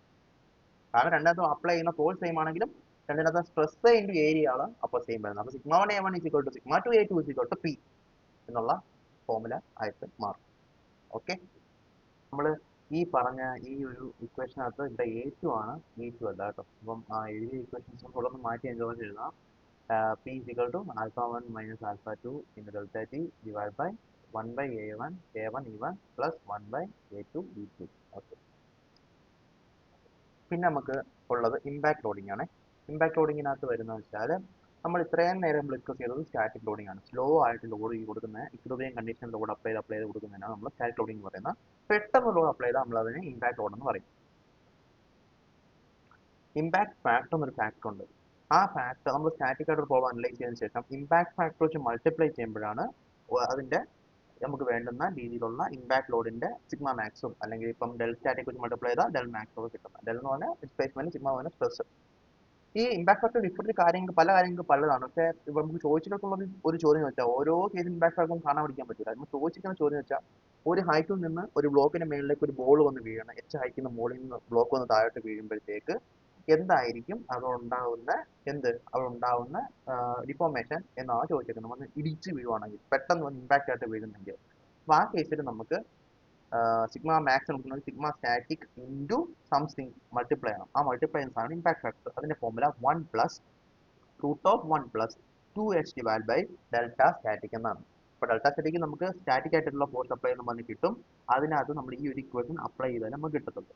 ഇനി ഈ കേസിൽ h 0 ആണ്. നമ്മൾ ജസ്റ്റ് അവിടെ വെച്ച് തന്നെ അടിക്കുകയാണ്. ഒരു h വളരെ നെഗ്ലിജിബിൾ ആണെന്നുള്ള കേസ് ആണെങ്കിൽ നമുക്ക് sigma max is equal to 2 times sigma static എന്ന് sigma max is equal to 2 times sigma static എന്ന് നമുക്ക് എഴുതാൻ പറ്റും. അപ്പോൾ അതായിരുന്നു ക്വസ്റ്റ്യൻ. അപ്പോൾ അത് മാത്രമാണ് നമുക്ക് ഇമ്പാക്ട് ലോഡിങ്ങിനകത്ത് ആവശ്യമുള്ള കാര്യം. ഇനി നമുക്ക് എഞ്ചിനീയറിംഗ് സ്ട്രെസ് നമ്മൾ ഓൾറെഡി പഠിച്ചു കഴിഞ്ഞു. ഇനി നമുക്ക് ട്രൂ സ്ട്രെസ് എന്നൊരു കൺസെപ്റ്റ് ഉണ്ട്. ഞാൻ നേരത്തെ പറഞ്ഞു. നമുക്ക് അതിനെപ്പറ്റിയും കൂടെ ഒരു ഐഡിയ ഉണ്ടാക്കിയെടുക്കാം. സിമ്പിൾ ആണ്. ട്രൂ സ്ട്രെസ് എന്ന് പറഞ്ഞാൽ നമ്മൾ എഞ്ചിനീയറിംഗ് സ്ട്രെസ് എന്ന് പറഞ്ഞാൽ എന്താണ്? Force divide by initial area. നമ്മൾ applied force divide by initial area. നമ്മളൊരു വലിയൊരു സാധനം ഇങ്ങനെ വലിച്ച് നീട്ടുമ്പോൾ ഓട്ടോമാറ്റിക്കലി തീർച്ചയായിട്ടും അതിന്റെ ഏരിയ ഓഫ് പൊസിഷൻ കുറയും. പക്ഷേ എങ്കിലും എഞ്ചിനീയറിംഗ് സ്ട്രെസ് എന്ന് പറഞ്ഞാൽ നമ്മൾ ആ അപ്ലൈ ചെയ്യുന്ന ലോഡിനെ ഇനീഷ്യൽ ഏരിയ ഡിവൈഡ് ചെയ്യുന്നതിനാണ് നമ്മൾ എഞ്ചിനീയറിംഗ് സ്ട്രെസ് എന്ന് പറയുന്നത്. അതായിരിക്കും നമ്മുടെ അനാലിസിലൊക്കെ നമ്മൾ യൂസ് ചെയ്യുന്നത്. പക്ഷേ ട്രൂ സ്ട്രെസ് എന്നൊരു സംഗതിയുണ്ട്. അത് ഇൻസ്റ്റന്റേനിയസ് ഏരിയ മാറുന്നതിനനുസരിച്ച് സിഗ്മ ടി അല്ലെങ്കിൽ ട്രൂ സ്ട്രെസ് മാറും. പക്ഷേ നമ്മുടെ നോർമൽ സ്ട്രെസ് മാറില്ല. V divide by initial area ആണ് engineering stress. V divide by instantaneous area ആണ് ട്രൂ സ്ട്രെസ്. ഓക്കെ, അങ്ങനെയാണ് ട്രൂ സ്ട്രെസ്സും ട്രൂ സ്ട്രെയിനും തമ്മിലുള്ള കൺസെപ്റ്റ് നമുക്ക് സോറി എഞ്ചിനീയറിംഗ് സ്ട്രെസ്സും എഞ്ചിനീയറിംഗ് സ്ട്രെയിനും തമ്മിലുള്ള വ്യത്യാസം മനസ്സിലാവുന്നത്. എഞ്ചിനീയറിംഗ് സ്ട്രെസ്സിൽ ഇനിഷ്യൽ ഏരിയ വെച്ച് ഡിവൈഡ് ചെയ്യുമ്പോൾ ട്രൂ സ്ട്രെസ്സിൽ ഇൻസ്റ്റന്റേനിയസ് ഏരിയ വെച്ച് ഡിവൈഡ് ചെയ്യും. ഇൻസ്റ്റന്റേനിയസ് ഏരിയ ഓരോ സെക്കൻഡിലും മാറിക്കൊണ്ടിരിക്കുകയും ചെയ്യും. എഞ്ചിനീയറിംഗ് സ്ട്രെയിൻ നമുക്കറിയാം ഇൻസ്റ്റന്റേനിയസ് ലെങ്ത് അല്ലെങ്കിൽ എത്ര നമ്മൾ വലിച്ചോ ആ സമയത്തെ length minus original length divide by original length. അതാണ് നമ്മുടെ എഞ്ചിനീയറിംഗ് സ്ട്രെയിൻ. എത്ര ലെങ്ത് നമ്മൾ വലിച്ചോ ആണ് നമ്മൾ ഇൻസ്റ്റന്റേനിയസ് ലെങ്ത് വരുന്നത്. അത് നമ്മൾ ടൈമിനനുസരിച്ച് മാറിക്കൊണ്ടിരിക്കും. ആ ഇത്രത്തോളം മാറി divide by minus original divide by original. അതാണ് നമ്മുടെ engineering strain. Instantaneous length minus original length divide by original length is equal to engineering strain. True strain എന്ന് പറഞ്ഞാൽ logarithm of instantaneous length divided by original length. Okay, instantaneous length divided by original length in the logarithm, natural logarithm ln of li divided by lo. അതിനെയാണ് നമ്മൾ true strain എന്ന് വിളിക്കുന്നത്. ഇവിടെ കൂടുതലായിട്ടും ചോദിക്കുന്നത് ഇത് LI-യും LO-യും ഒക്കെ തന്നിട്ടല്ല ചോദിക്കുന്ന ചോദ്യം എന്ന് പറഞ്ഞാൽ പ്രധാനമായിട്ടും എഞ്ചിനീയറിംഗ് സ്ട്രെസ്സിൽ നിന്ന് ട്രൂ സ്ട്രെസ്സിലേക്കും എഞ്ചിനീയറിംഗ് സ്ട്രെയിനിൽ നിന്ന് ട്രൂ സ്ട്രെയിനിലേക്കും ഒക്കെ കൺവേർട്ട് ചെയ്യാനാണ് ചോദിക്കുന്നത്. അപ്പൊ ആ കേസ് നമ്മൾ എന്ത് ചെയ്യും? സിഗ്മ ടി അല്ലെങ്കിൽ ട്രൂ സ്ട്രെസ് എന്ന് പറഞ്ഞാൽ സിഗ്മ ഇൻറ്റു അല്ലെങ്കിൽ സാധാ engineering stress into 1 plus engineering strain. അതേപോലെ ട്രൂ സ്ട്രെയിൻ എന്ന് പറഞ്ഞാൽ logarithm of 1 plus engineering strain. Okay, sigma T equal to sigma into 1 plus epsilon അല്ലെങ്കിൽ 1 പ്ലസ് എഞ്ചിനീയറിംഗ് സ്ട്രെയിൻ. അതുപോലെ എപ്സിലോൺ ടി അല്ലെങ്കിൽ true strain equal to logarithm of 1 plus engineering strain. അപ്പോൾ അതാണ് നമ്മുടെ സംഭവം. പ്ലസ് സൈൻ വരുന്നത് ടെൻഷൻ ആണെങ്കിൽ minus sign വരുന്നത് കംപ്രഷൻ ആണ്. ഇനി നമുക്ക് സ്ട്രെസ് സ്ട്രെയിൻ ഡയഗ്രാം മനസ്സിലാക്കാം. ഇത് നമ്മുടെ മെയിൻ ആയിട്ട് എല്ലാ ബുക്കുകളിലും നമ്മൾ പ്രത്യേകം പറയുന്ന ഒരു സാധനമാണ് മൈൽഡ് സ്റ്റീൽ, അതായത് ലോ കാർബൺ സ്റ്റീൽ. ഇവന്റെ സ്ട്രെസ് സ്ട്രെയിൻ ഡയഗ്രാം. എങ്ങനെ സ്ട്രെസ് സ്ട്രെയിൻ ഡയഗ്രാം മേക്ക് ചെയ്യുന്നത് പറഞ്ഞാൽ നമ്മളൊരു ഇതിൻ്റെ ഒരു ബാർ എടുക്കും. സ്റ്റാൻഡേർഡ് ആയിട്ടുള്ള സ്പെസിമെൻ ആയിരിക്കും. ആ സ്പെസിമെനാണ് നമ്മൾ ഇങ്ങനെ ടെൻസൈൽ ഫോഴ്സ് അപ്ലൈ ചെയ്ത് പൊട്ടും. അപ്പം ഇത്രയും സമയത്തും ഇതിനകത്ത് ആക്ട് ചെയ്തുകൊണ്ടിരിക്കുന്ന സ്ട്രെസ് നമുക്ക് കാൽക്കുലേറ്റ് ചെയ്യാൻ പറ്റും. അത് അപ്ലൈ ചെയ്യുന്ന കൊടുക്കുന്ന ഫോഴ്സും ഡെനോമിനേഷൻ കാൽക്കുലേറ്റ് ചെയ്യാൻ പറ്റും. ഫോഴ്സ് ഉണ്ടെങ്കിൽ force divide by initial area നമുക്ക് എന്ത് ചെയ്യാം? നമുക്ക് സ്ട്രെസ് എന്ന് വിളിക്കാം. അതേപോലെ സ്ട്രെയിൻ നമുക്ക് വിളിക്കാം. സ്ട്രെയിൻ എന്ന് പറഞ്ഞാൽ ചേഞ്ച് ഇൻ ലെങ്ത് എത്രയാണോ അത് നമുക്ക് മനസ്സിലാവും. അത് ഡിവൈഡ് ബൈ ഒറിജിനൽ ലെങ്ത് ചെയ്ത് കഴിഞ്ഞാൽ നമുക്ക് എപ്സിലോണും കിട്ടും. ഓക്കെ, അപ്പോൾ മൈൽഡ് സ്റ്റീലിന്റെ പ്രത്യേകത ഈ ഒരു പാറ്റേണിലാണ് അതിന്റെ ഒരു സ്ട്രെസ് സ്ട്രെയിൻ ഗ്രാഫ് പോണത്. ഓക്കെ, അത് പല പല റീജിയൻസ് ഉണ്ട് ആ ഗ്രാഫിനകത്ത്. ഓരോ റീജിയൻ ആയിട്ട് നമുക്ക് മനസ്സിലാക്കാം. First of all linear region O തൊട്ട് A വരെ. ഈ എന്ന് പറയുന്ന പോയിന്റ് നമുക്ക് വേണമെങ്കിൽ പ്രൊപ്പോർഷണൽ ലിമിറ്റ് എന്ന് വിളിക്കാം. ഈ പ്രൊപ്പോർഷണൽ ലിമിറ്റ് ആവുന്നുള്ള പ്രത്യേകത എന്ന് പറഞ്ഞാൽ it will show F proportional to X, അല്ലെങ്കിൽ ഹുക്സ് ലോ ഒബേ ആയിരിക്കും. നമ്മൾ അപ്ലൈ ചെയ്യുന്ന ഫോഴ്സിന് ലീനിയർ ആയിട്ട് ഉള്ള ഒരു ഡിസ്പ്ലേസ്മെന്റ് ആയിരിക്കും അവിടെ പ്രൊഡ്യൂസ് ചെയ്യുന്നത്. അപ്പോൾ അതുകൊണ്ട് തന്നെ stress is proportional to strain also in this particular case. So sigma proportional to epsilon raise to 1. അതാണ് ഈ ഒരു റീജിയൻ എ എന്ന് പറഞ്ഞ പ്രൊപ്പോർഷണൽ ലിമിറ്റ് ആണ്. B is elastic limit. Elastic limit അതിന്റെ അർത്ഥം എന്താ? ഇവിടം വരെ നമ്മൾ വലിച്ചാലും, ഇവിടെ നമുക്ക് സ്ട്രെസ് പ്രൊപ്പോർഷണൽ സ്ട്രെയിൻ ആയിരിക്കില്ല എ ടു ബി ഉള്ള റീജിയൻ, പക്ഷെ ബി വരെ നമ്മൾ വലിച്ചാലും നമ്മൾ റിലീസ് ചെയ്താലും തിരിച്ച് ഓയിൽ നിന്നെത്തും. അതിനെയാണ് ഇലാസ്റ്റിക് ലിമിറ്റ് എന്ന് പറയുന്നത്. ആ ബി എന്ന് പറയുന്ന ലിമിറ്റ് വരെ ഒരകത്തുള്ള ബോണ്ടുകൾ, അതായത് നമ്മുടെ ഉള്ള മൈൽഡ് സ്റ്റീലിനകത്ത് കുറെ ബോൺസ് ഉണ്ടായിരിക്കും. ഏതൊരു മെറ്റീരിയലിനകത്തും ബോൺസ് ഉണ്ടായിരിക്കും. ബോൺസ് ആയിരിക്കും അതിനെ അങ്ങനെ പിടിച്ച് നിർത്തിയേക്കുന്നത്. ആ ബോണ്ടുകൾ ബ്രേക്ക് ആവില്ല ബി എന്ന് പറയുന്ന പോയിന്റ് വരെ. ആ ബീനെയാണ് നമ്മൾ ഇലാസ്റ്റിക് ലിമിറ്റ് എന്ന് പറയുന്നത്. ഓക്കെ, നൗ അത് കഴിഞ്ഞ് വീണ്ടും നമ്മൾ ഇങ്ങനെ വലിച്ചു കഴിഞ്ഞാൽ പിന്നെ എന്താ പറ്റും? പിന്നെ ബീങ് മേലോട്ട് പോയി കഴിഞ്ഞാൽ പിന്നെ നമ്മൾ റിലീസ് ചെയ്ത് കഴിഞ്ഞാൽ അത് തിരിച്ച് ഓയിലോട്ട് എത്തത്തില്ല. ഓയിൽ കുറച്ച് വിട്ടായിരിക്കും നിൽക്കുക. ഓയിൽ കുറച്ച് വിട്ടായിരിക്കും നിൽക്കുക. ഓക്കെ, അങ്ങനെ സി വരെ എത്തിക്കഴിഞ്ഞു വെച്ചാൽ സിയിലെ പ്രോബ്ലം എന്ന് പറയുമ്പോൾ സിയില് ഇപ്പൊ സി വരെ നമ്മൾ സ്ട്രെസ് കൊടുത്തപ്പോഴേ ഇപ്പൊ കുറച്ച് സ്ട്രെസ് കൂട്ടിയാലേ സ്ട്രെയിൻ വരുന്നുള്ളൂ. സ്ട്രെസ് കൂട്ടിയാലേ സ്ട്രെയിൻ വരുന്നു. സി എന്ന് പറയുന്ന പോയിന്റ് പ്രത്യേകത എന്ന് പറഞ്ഞാൽ നമ്മൾ ഒരു കോൺസ്റ്റന്റ് സ്ട്രെസ്സിൽ തന്നെ സ്ട്രെയിൻ അങ്ങ് ആവുക. അതാണ് ഈൽഡിങ് എന്ന് പറയുന്നത്. ഈൽഡിങ് ഈൽഡിങ് എന്താ? ഒരു പർട്ടിക്കുലർ സ്ട്രെസ്സിൽ സ്ട്രെയിൻ നടന്നുകൊണ്ടിരിക്കുക. സ്ട്രെസ് കൂട്ടാതെ സ്ട്രെയിൻ നടക്കും. അതിനെയാണ് ഈൽഡിങ് എന്ന് പറയുന്നത്. ഇതിനെ നമ്മൾ അപ്പർ ഈൽഡ് പോയിന്റ് എന്ന് പറയും. അത് കഴിഞ്ഞിട്ട് ലോവർ ഈൽഡ് പോയിന്റ് ഉണ്ട്. മെയിൻ ആയിട്ടും മൈൽഡ് സ്റ്റീലിനാണ് അപ്പർ ഈൽഡ് പോയിന്റ് ഉള്ളത്. മിക്കവാറും എലമെന്റ്സിനൊന്നും മിക്കവാറും മെറ്റൽസിനൊന്നും ഈ പറയുന്ന അപ്പർ ഈൽഡ് പോയിന്റ് ഉണ്ടാവില്ല, ലോവർ ഈൽഡ് പോയിന്റ് മാത്രം ഉണ്ടാവുള്ളൂ. അതുകൊണ്ട് നമ്മൾ എന്താണ് ഈൽഡ് സ്ട്രെസ് എന്ന് ചോദിച്ചു കഴിഞ്ഞാൽ നമുക്ക് ഈ പറയുന്ന ഇതാണ് ലോവർ ഈൽഡ് പോയിന്റ്. സീന്നും താഴ്ന്നും ഡിലോട്ട് lower yield point. Lower yield പോയിന്റിന് കറസ്പോണ്ടിങ് ആയിട്ടുള്ള സ്ട്രെസ്സിനെ ആയിരിക്കും നമ്മൾ ഈൽഡ് സ്ട്രെസ് എന്ന് പറയുന്നത്.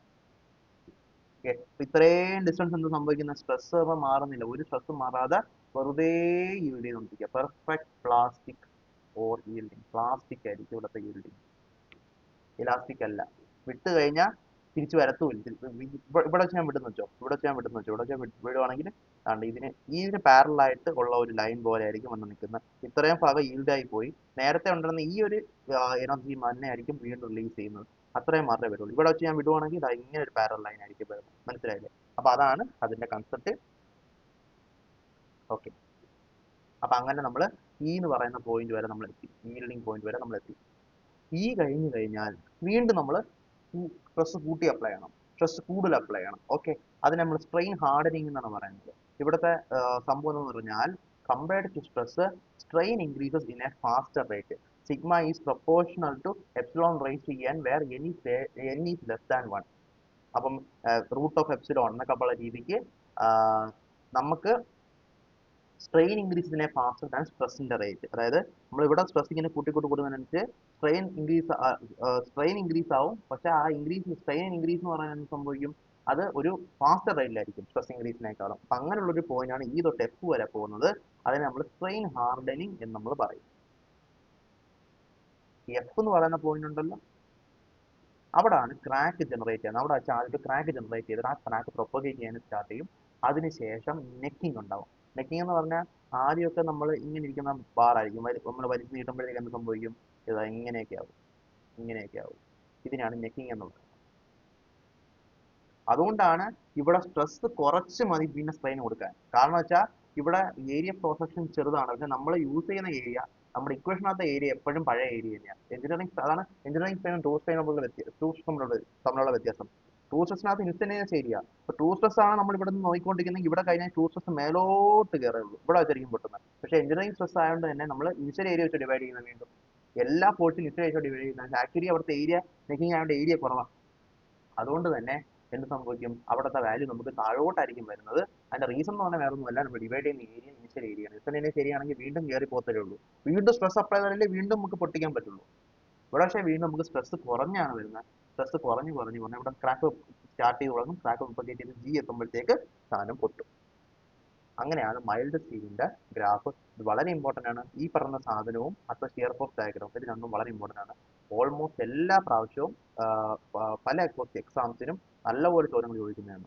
നല്ല ഒരു 2 to 4% അല്ലെങ്കിൽ ഒരു 4 to 5% വെയിറ്റേജ് ഒക്കെ വരുന്ന ടൈപ്പ് ക്വസ്റ്റൻസ് എല്ലാ എക്സാംസിനും ചോദിക്കുന്നത്. എഞ്ചിനീയറിംഗിന്റെ എല്ലാ എക്സാംസിനും ചോദിക്കാറുണ്ട് മെക്കാനിക്കലിന്റെ ഈ ഒരു ഗ്രാഫിനകത്തുനിന്നും. ഇനി പറയാൻ പോണ കാര്യങ്ങളുണ്ട് അതിൽ നിന്നും, പിന്നെ shear force diagram, bending moment diagram, ഇത്രയും കാര്യത്തിനകത്തുനിന്നും. അപ്പം അത് ശ്രദ്ധിച്ച് തന്നെ മനസ്സിലാക്കുക. അതിൽ നിന്നും ബാക്കിയുള്ളതും ആവശ്യമില്ല എന്നല്ല പറയുന്നത്. അതും ആവശ്യമാണ്, ഇതും ആവശ്യമാണ്. ഓക്കെ, അപ്പോൾ നമ്മൾ എ വരെ ലീനിയറായിട്ട് എക്സ്പാൻഡ് ചെയ്ത് സിഗ്മ പ്രൊപ്പോർഷണൽ ടു എപ്സിലോൺ 1 ആയിരുന്നു. അത് കഴിഞ്ഞ് ബി വരെ ഇലാസ്റ്റിക് ലിമിറ്റ് കാണിച്ച് അതുവരെ നമുക്ക് തിരിച്ച് സീറോയിലോട്ട് പോകും. അത് കഴിഞ്ഞ് സിയിൽ അപ്പർ ഈൽഡ് പോയിന്റ് കാണിച്ച് ഡിയിൽ ലോവർ ഈൽഡ് പോയിന്റ് കാണിച്ച് ലോവർ ഈൽഡ് പോയിന്റ് കറസ്പോണ്ടിങ് ആയിട്ടുള്ള സ്ട്രെസ്സിന് നമ്മൾ ഈൽഡ് സ്ട്രെസ് എന്ന് വിളിക്കും. ഈ എന്ന് പറയുന്ന പോയിന്റ് കഴിഞ്ഞാൽ പിന്നെ സ്ട്രെയിൻ ഹാർഡനിങ് നടക്കും. സ്ട്രെയിൻ ഹാർഡനിങ്ങിൽ സിഗ്മ ഈ proportional epsilon by C N where N is less than 1 ആണ്. അതായത് ഈ റൂട്ട് എപ്സിലോൺ പോലുള്ള കേസുകളാണ് എൻ ലെസ് ദാൻ 1 എന്ന് പറയുമ്പോൾ 0.5 0.3 എന്നൊക്കെ പറഞ്ഞു വരും. എഫ് വരെ ആവും. എഫ് വരെ കഴിഞ്ഞ് കഴിഞ്ഞാൽ വീണ്ടും ഇത് കുറയുന്നതിന്റെ റീസൺ ഞാൻ പറഞ്ഞ് നെറ്റിംഗ് നടക്കും. നെറ്റിംഗ് നടക്കുമ്പോഴത്തേക്ക് ഏരിയ കുറയും. പക്ഷെ നമ്മൾ കാൽക്കുലേറ്റ് ചെയ്യുന്ന ഏരിയ ഫുൾ ഏരിയ തന്നെയാണ്. അതുകൊണ്ട് കുറയുന്നത് നെക്ക് ചെയ്യുന്ന ഏരിയ വെച്ചാണ് നമ്മൾ കാൽക്കുലേറ്റ് ചെയ്യുന്നതെങ്കിൽ ഇങ്ങനെ മേലോട്ടായിരിക്കും പോകുന്നത്. ഇവിടെ വെച്ച് ക്രാക്ക് ഉണ്ടാവും. ആ ക്രാക്ക് പ്രൊപ്പഗേറ്റ് ചെയ്ത് തുടങ്ങും. നെക്കിങ്ങിന് ശേഷം ജി എന്ന് പറഞ്ഞ പോയിന്റ് അത് പൊട്ടും. ഇത്തരം കാര്യങ്ങൾ നമ്മൾ പറഞ്ഞോളൂ. അത്രേ ഉള്ളൂ കാര്യം. ഇനി നമുക്ക് ഇവിടെ നമ്മൾ മൈൽഡ് സ്റ്റീൽ അല്ലേ വന്നത്. മൈൽഡ് സ്റ്റീൽ ലോ കാർബൺ സ്റ്റീലാണ്. ലോ കാർബൺ സ്റ്റീൽ ഏകദേശം ഇങ്ങനെയാണ് വരുന്നത്. ഇനി മീഡിയം കാർബൺ സ്റ്റീൽ ഉണ്ട്. അതിന്റെ ഗ്രാഫ് ഇങ്ങനെയായിരിക്കും വരുന്നത്. ഹൈ കാർബൺ സ്റ്റീൽ ഉണ്ട്. അത് ഇങ്ങനെ വന്ന് ഇവിടെ ആയിരിക്കും പൊട്ടുന്നത്. ഇത് നമുക്ക് മനസ്സിലാകാൻ പറ്റും. പൊട്ടുന്നത് കണ്ടോ, ലോ കാർബൺ സ്റ്റീൽ പൊട്ടുന്ന ഏറ്റവും ലാസ്റ്റും ഹൈ കാർബൺ സ്റ്റീൽ പൊട്ടുന്ന ഏറ്റവും ആദ്യമായിരിക്കും. അതായത് മോർ ആൻഡ് മോർ, അതായത് കൂടുതൽ സ്ട്രെസ്സിനായിരിക്കും ഇത് പൊട്ടുന്നത്. കൂടുതൽ സ്ട്രെസ് താങ്ങും, പക്ഷെ കുറച്ച് സ്ട്രെയിനിൽ ഇത് പൊട്ടും. ഇത് കൂടുതൽ സ്ട്രെയിൻ ഇനി കിട്ടും. കൂടുതൽ സ്ട്രെയിൻ കിട്ടുമെങ്കിൽ അതിന്റെ അർത്ഥം എന്താ, ഡക്റ്റിലിറ്റി കൂടുന്നതാണ് എൻ്റെ അർത്ഥം. കൂടുതൽ സ്ട്രെയിൻ അതിനെ വെച്ച് കൂടുതൽ വലിച്ചു കിട്ടാൻ പറ്റും. മറ്റത് കൂടുതൽ വലിച്ചു കിട്ടാൻ പറ്റും. അപ്പം കാർബൺ കൂടുന്തോറും സം സോർട്ട് ഓഫ് തിങ്സ് ഒക്കെ ഹാപ്പൻ ചെയ്യും. അതിനെപ്പറ്റി നമുക്ക് ജസ്റ്റ് നോക്കാം. അപ്പം എല്ലാത്തിനും ആദ്യം മനസ്സിലാക്കണം, എല്ലാവരും ഒരേ ഈ വാല്യൂ ആണ്. ഈ എങ്ങനെയാണ്, അത് ഞാൻ പറഞ്ഞില്ല. ഇവിടെ എങ്ങനെ ഈ കണ്ടുപിടിക്കും? നമ്മൾ നേരത്തെ പറഞ്ഞ കാര്യമാണ് സ്ട്രെസ് പ്രൊപ്പോർഷണൽ ടു സ്ട്രെയിൻ. അതായത് stress is equal to E into strain. Stress by strain is equal to E. ഇതെല്ലാം നടക്കുന്ന എവിടെയാ? ഇലാസ്റ്റിക് ലിമിറ്റ്, സോറി പ്രൊപ്പോർഷണൽ ലിമിറ്റിൽ മാത്രമേ ഈ പറഞ്ഞ നടക്കത്തുള്ളൂ. അതായത് ഓ തൊട്ട് എ വരെയുള്ള കേസ്. അപ്പം ശരിക്കും പറഞ്ഞാൽ സിഗ്മ ബൈ ഇ അല്ലെങ്കിൽ ഇ എന്ന് പറഞ്ഞാൽ ഈ ഒരു ടാൻജന്റ് ഉണ്ട്, ഈ ഒരു സാധനം ഉണ്ടല്ലോ, ഈ ലൈൻ കണ്ടോ, ഈ അവന്റെ സ്ലോപ്പായ ഈ തീറ്റ ഉണ്ടല്ലോ, ഈ തീറ്റേന്റെ ടാൻ തീറ്റ ഉണ്ടല്ലോ, ആ ടാൻ തീറ്റ ആയിരിക്കും ഇ. അപ്പം ഇയും കിട്ടും ഒരു ഗ്രാഫ് തന്ന. മനസ്സിലായ? അപ്പം വേറൊരു മെറ്റീരിയലിന് ഇങ്ങനെയാണ് ഗ്രാഫ് പോകുന്നത്, ഇങ്ങനെയാണ് പോണെന്ന് തുടങ്ങുന്നത് വെച്ചോ. അപ്പൊ അതിന്റെ ഈ കുറവായിരിക്കും. ഇതിനേക്കാളും മേലോട്ട് പോകണമെങ്കിൽ ഈ വീണ്ടും കൂടുതലായിരിക്കും. അപ്പൊ അങ്ങനെ ഒരു സംഭവം കൂടെ നമുക്ക് മനസ്സിലാക്കാൻ പറ്റും. ഓക്കെ ഓക്കെ, ജസ്റ്റ് ഇതും കൂടെ നോട്ടിൽ ആഡ് ചെയ്തേക്കാം. ഇവിടെ theta tan theta equal to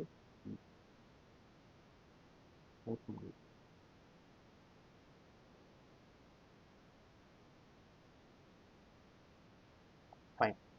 okay okay, അപ്പൊ ഈ മൂന്ന് കേസിലും ഈ വരാണ്ട സ്ട്രെയിറ്റ് ഈ ആംഗിളിന് ഒരു വലിയ മാറ്റം ഒന്നുമില്ല, നേരെ പോയേക്കുന്നത്. അതുകൊണ്ട് ഈ മൂന്നിന് സെയിം ആണ്. മീഡിയം കാർബൺ സ്റ്റീൽ ആയിക്കോട്ടെ, ലോ കാർബൺ സ്റ്റീൽ ആയിക്കോട്ടെ, ഹൈ കാർബൺ സ്റ്റീൽ ആയിക്കോട്ടെ, ഈ സെയിം ആയിരിക്കും.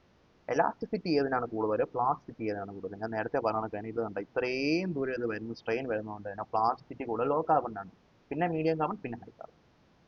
ഓക്കെ, അപ്പോൾ തീർച്ചയായിട്ടും ഇലാസ്റ്റിസിറ്റി എങ്ങനെ ആയിരിക്കും? തിരിച്ചായിരിക്കും. ഹൈ കാർബൺ സ്റ്റീലിന് മോർ ഇലാസ്റ്റിസിറ്റി, പിന്നെ മീഡിയം കാർബൺ സ്റ്റീൽ, പിന്നെ ലോ കാർബൺ സ്റ്റീൽ. ഒരു കാര്യം ഒരു പോയിന്റ് പഠിച്ച് ബാക്കി എല്ലാം പഠിക്കാൻ പറ്റും. ലോ കാർബൺ സ്റ്റീലിന് മാക്സിമം പ്ലാസ്റ്റിസിറ്റി അല്ലെങ്കിൽ ഡക്റ്റിസിറ്റി എന്ന് മാത്രം ഓർത്താൽ നമുക്ക് ബാക്കിയുള്ള എല്ലാ സെന്റൻസുകളും എല്ലാ കൺസെപ്റ്റുകളും മനസ്സിലാക്കും. ഏത് ക്വസ്റ്റ്യൻ വന്നാലും സിമ്പിൾ ആയിട്ട് നമുക്ക് ആൻസർ ചെയ്യാനും പറ്റും. അടുത്തത് ഇത് കുറച്ച് നോട്ട്സ് ആണ്, നമുക്ക് മനസ്സിലാക്കേണ്ട കുറച്ച് നോട്ട്സ് ആണ്. ഒന്ന്, മൈൽഡ് സ്റ്റീലിനുള്ള ഇലാസ്റ്റിക് ലിമിറ്റ്, അല്ല സോറി, യങ്സ് മോഡുലസ്. മൈൽഡ് സ്റ്റീലിന്റെ യങ്സ് മോഡുലസ് എന്ന് പറഞ്ഞാൽ 2 ടൈംസ് കാസ്റ്റ് അയണിന്റെ യങ്സ് മോഡുലസ് ആണ്. അതായത് കാസ്റ്റ് അയൺ ആണോ മൈൽഡ് സ്റ്റീൽ ആണോ, അപ്പം യങ്സ് മോഡുലസ് കൂടുതൽ മൈൽഡ് സ്റ്റീലിന്. കാരണം 2 പ്രാവശ്യം കാസ്റ്റ് അയണിന്റെ യങ്സ് മോഡുലസ് വെച്ച് എടുത്താലേ നമുക്ക് മൈൽഡ് സ്റ്റീലിന്റെ യങ്സ് മോഡുലസ് ആവുള്ളൂ. അതുപോലെ തന്നെ അലുമിനിയത്തിന് കാസ്റ്റ് അയണിനെ കാട്ടിയും കുറവാണ്. 3 into E of അലുമിനിയം വന്നാലേ ഈ മൈൽഡ് സ്റ്റീൽ ആവും. അപ്പം ഈ ക്വസ്റ്റ്യൻ ഓർത്ത് വെച്ചാൽ E mild steel is equal to 2 times of E of cast iron is equal to 3 times of E of aluminum. അതാണ് ഫസ്റ്റ് പോയിന്റ്. ഓക്കെ, അടുത്തത് ഈ കൂടുന്നെങ്കിൽ അതിന്റെ അർത്ഥം എന്താ? അത് നമ്മൾ നേരത്തെ പറഞ്ഞ കേട്ടോ. ഇത് ഞാൻ നേരത്തെ പറഞ്ഞ, എങ്ങനെയാ പറഞ്ഞ? F proportional to X, അതായത് F is equal to KX. K എന്ന് പറഞ്ഞാൽ സ്റ്റിഫ്നെസ് ഫാക്ടർ ആണെന്ന് ഞാൻ പറഞ്ഞു, റിജിഡിറ്റി ഫാക്ടർ ആണെന്ന് ഞാൻ പറഞ്ഞു. അപ്പം ആ കാര്യത്തിനകത്തൊക്കെ ഞാൻ ഒരു കാര്യം ഞാൻ പറഞ്ഞു, അതിന്റെ കൂടെ ഞാൻ ചേർത്ത് പറഞ്ഞു തന്ന ഒരു കാര്യമാണ്, നമ്മളൊരു പ്രിസ്മാറ്റിക് ബാർ എടുത്താൽ അതിനകത്ത് K എന്ന് പറഞ്ഞാൽ നമുക്ക് AE by എൽ എന്ന് വിളിക്കാം ഞാൻ പറഞ്ഞു. അത് ഈ കൂടുന്നതനുസരിച്ച് അതിന്റെ റിജിഡിറ്റി കൂടിക്കൊണ്ടിരിക്കും.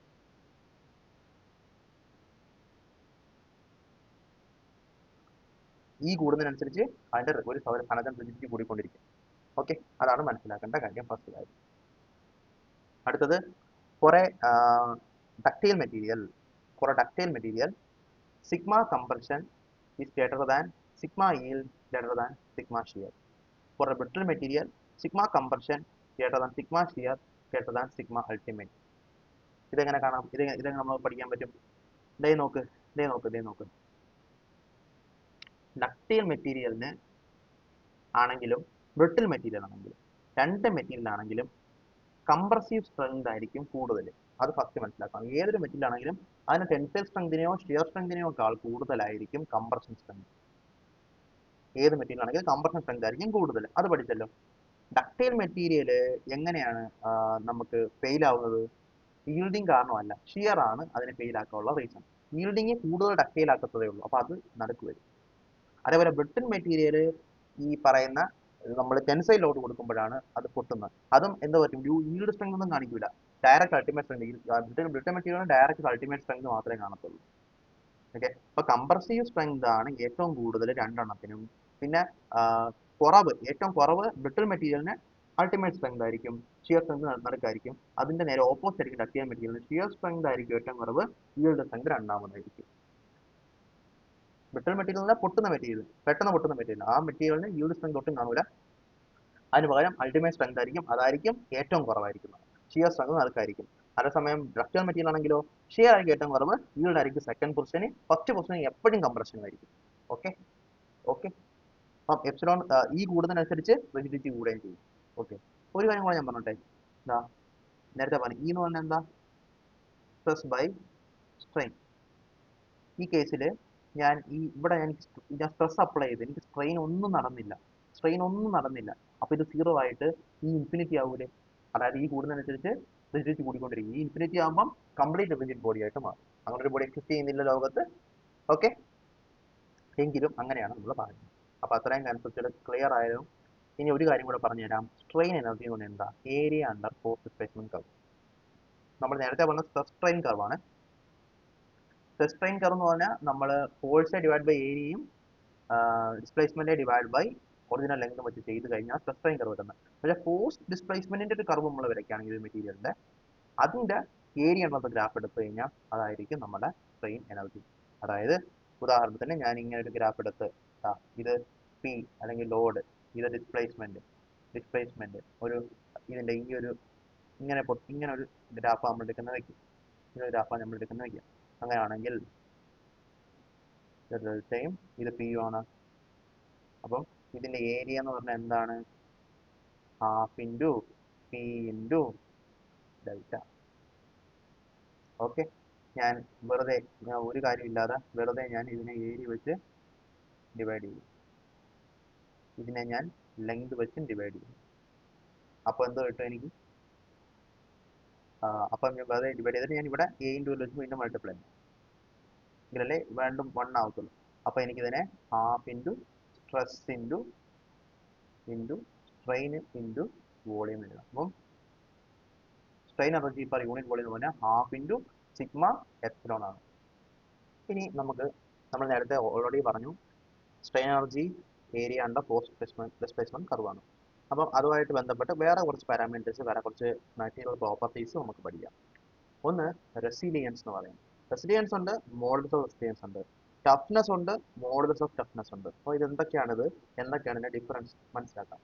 റെസിലിയൻസ് എന്ന് പറഞ്ഞാൽ strain energy absorbed by a body up to elastic limit.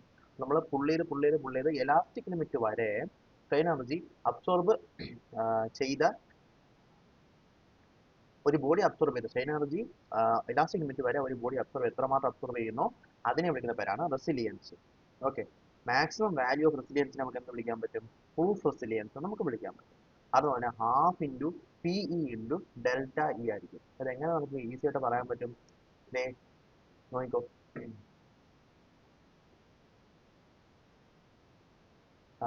Load displacement ഡയഗ്രത്തിന്റെ ഏരിയ അണ്ടർ ഏരിയ ആണ് നമ്മൾ എന്ത് പറഞ്ഞത്? നമ്മുടെ സ്ട്രെയിൻ എനർജി എന്ന് പറഞ്ഞത്. ഈ കേസിൽ strain energy up to elastic limit മാത്രം. ഇലാസ്റ്റിക് ലിമിറ്റ് എന്ന് പറഞ്ഞാൽ എന്തായാലും ഒരു സ്ട്രെയിറ്റ് ലൈൻ ആയിരിക്കും. അതിന് പ്രൊപ്പോർഷൻ ലിമിറ്റിന്റെ മുകളിലാണ് ഇലാസ്റ്റിക് ലിമിറ്റ്. ജസ്റ്റ് ഒരു സ്ട്രെയിറ്റ് ലൈൻ ആയിട്ട് നമുക്ക് അതിനെ കൺസിഡർ ചെയ്യാൻ പറ്റും. ആ കൺസിഡർ ചെയ്യുമ്പോഴത്തേക്ക് ഈ ഒരു ഏരിയ, ഇതിന്റെ അണ്ടറിലുള്ള ഈ ഒരു ഏരിയ ആയിരിക്കും വരുന്നത്. അപ്പൊ ഈ ഏരിയ എന്ന് പറഞ്ഞാൽ എന്തായിരിക്കും? Half into base. ബേസ് എന്ന് പറഞ്ഞാൽ എന്തുവാ? അപ് ടു ഡെൽറ്റ എലാസ്റ്റിക് വരെയുള്ള delta into P into P elastic. അപ്പം ഹാഫിന്റെ ബേസ് ഇൻറ്റു ഹൈറ്റ്. അതാണ് ഈ പറഞ്ഞിരിക്കുന്ന പ്രൂഫ് റെസിലിയൻസ്. അപ്പൊ strain energy absorbed by a body up to elastic ലിമിറ്റിനെ നമുക്ക് എന്ത് വിളിക്കാം? നമുക്ക് റെസിലിയൻസ് എന്ന് വിളിക്കാം. അതിന്റെ മാക്സിമം വാല്യൂവിനെ നമുക്ക് പ്രൂഫ് റെസിലിയൻസ് എന്നും വിളിക്കാം. ഇനി മോഡുലസ് ഓഫ് റെസിലിയൻസ് പറയുമ്പോൾ അതിനെക്കാട്ട് എളുപ്പം ഇത് ഈ സെയിം സാധനം തന്നെ പെർ യൂണിറ്റ് വോളിയം വരുമ്പോൾ എന്ത് പറ്റും? ഇവിടെ വോളിയത്തിന് പകരം നമുക്ക് എന്ത് എഴുതാം? ഒരു ബാർ ആണെന്നുണ്ടെങ്കിൽ വോളിയത്തിന് പകരം നമുക്ക് ഏരിയ ഇൻറ്റു ലെങ്ത് എന്ന് എഴുതാം. ഒരു ക്രോസ് സെക്ഷൻ ഏരിയ, ഒരു ലെങ്ത്, ഏരിയ ഇൻറ്റു ലെങ്ത് എഴുതാം. ആ ഏരിയ ഇൻറ്റു ലെങ്ത് നമുക്ക് താഴെ എഴുതിയാൽ ഏരിയ ഇൻറ്റു ലെങ്ത് എഴുതിയാൽ പി ഡിവൈഡ് ബൈ ഏരിയ. ഞാൻ എഴുതാം. ഏരിയ ഇൻറ്റു ലെങ്ത് ആണ്. ഇതിനെ ഞാൻ എന്ത് വിളിക്കും? സ്ട്രെസ്. ഇലാസ്റ്റിക് വരെയുള്ള സ്ട്രെസ്. ഇതിനെ ഞാൻ എന്ത് വിളിക്കും? സ്ട്രെയിൻ. അപ്പം പെർ യൂണിറ്റ് വോളിയം ആകുമ്പോഴത്തേക്ക് അത് stress into strain, half into stress up to elastic limit into strain up to elastic element. അപ്പം area of sigma epsilon diagram up to elastic limit ആണ് മോഡുലസ് ഓഫ് റെസിലിയൻസ്. അപ്പൊ resilience എന്ന് പറഞ്ഞാൽ load displacement diagram. അതിന്റെ value നമ്മൾ പഠിച്ചു. അതുപോലെ അതിന്റെ മാക്സിമം വാല്യൂ പ്രൂഫ് റെസിലിയൻസ് ആണ് പഠിച്ചത്. മോഡുലസ് ഓഫ് റെസിലിയൻസ് എന്ന് പറഞ്ഞാൽ എന്താണ്? അത് പെർ യൂണിറ്റ് വോളിയം ആണ്. ഓക്കെ അല്ലേ? Up to elastic limit per unit volume ആണ്. ഓക്കെ. അപ്പം അതിന്റെ area under sigma epsilon diagram ആയിരിക്കും, അപ് ടു ഇലാസ്റ്റിക് ലിമിറ്റ് ആയിരിക്കും ഈ പറയുന്ന അതിന്റെ മോഡുലസ് ഓഫ് റെസിലിയൻസ് എന്ന് പറയുന്നത്. ഓക്കെ. ഇനി toughness, modulus of toughness. Toughness എന്താ? Strain energy of a material up to fracture point. അപ്പൊ നമ്മൾ ഇവിടെ ഇലാസ്റ്റിക് ലിമിറ്റ് മാത്രമേ പറഞ്ഞുള്ളൂ. ഫ്രാക്ചർ പോയിന്റ് വരെ നമ്മൾ ഫുൾ സ്ട്രെയിൻ എനർജി എടുക്കുകയാണെന്നുണ്ടെങ്കിൽ അതിന് പറയുന്ന പേരാണ് ടഫ്നെസ്. അപ്പം സ്ട്രെയിൻ എനർജി എന്ന് പറഞ്ഞാൽ ലോഡ് ഡിസ്പ്ലേസ്മെന്റ് ഡയഗ്രത്തിലെ ഏരിയ ആണ്. അപ്പൊ അപ് ടു ഫ്രാക്ചർ പോയിന്റ് നമ്മൾ ഏരിയ എടുക്കണം ലോഡ് ഡിസ്പ്ലേസ്മെന്റ് ഡയഗ്രത്തിന്റെ. അതിനെയാണ് നമുക്ക് ഇവിടുന്ന് വിളിക്കാൻ പറ്റും ടഫ്നെസ് എന്ന് വിളിക്കാൻ പറ്റും. ഓക്കെ.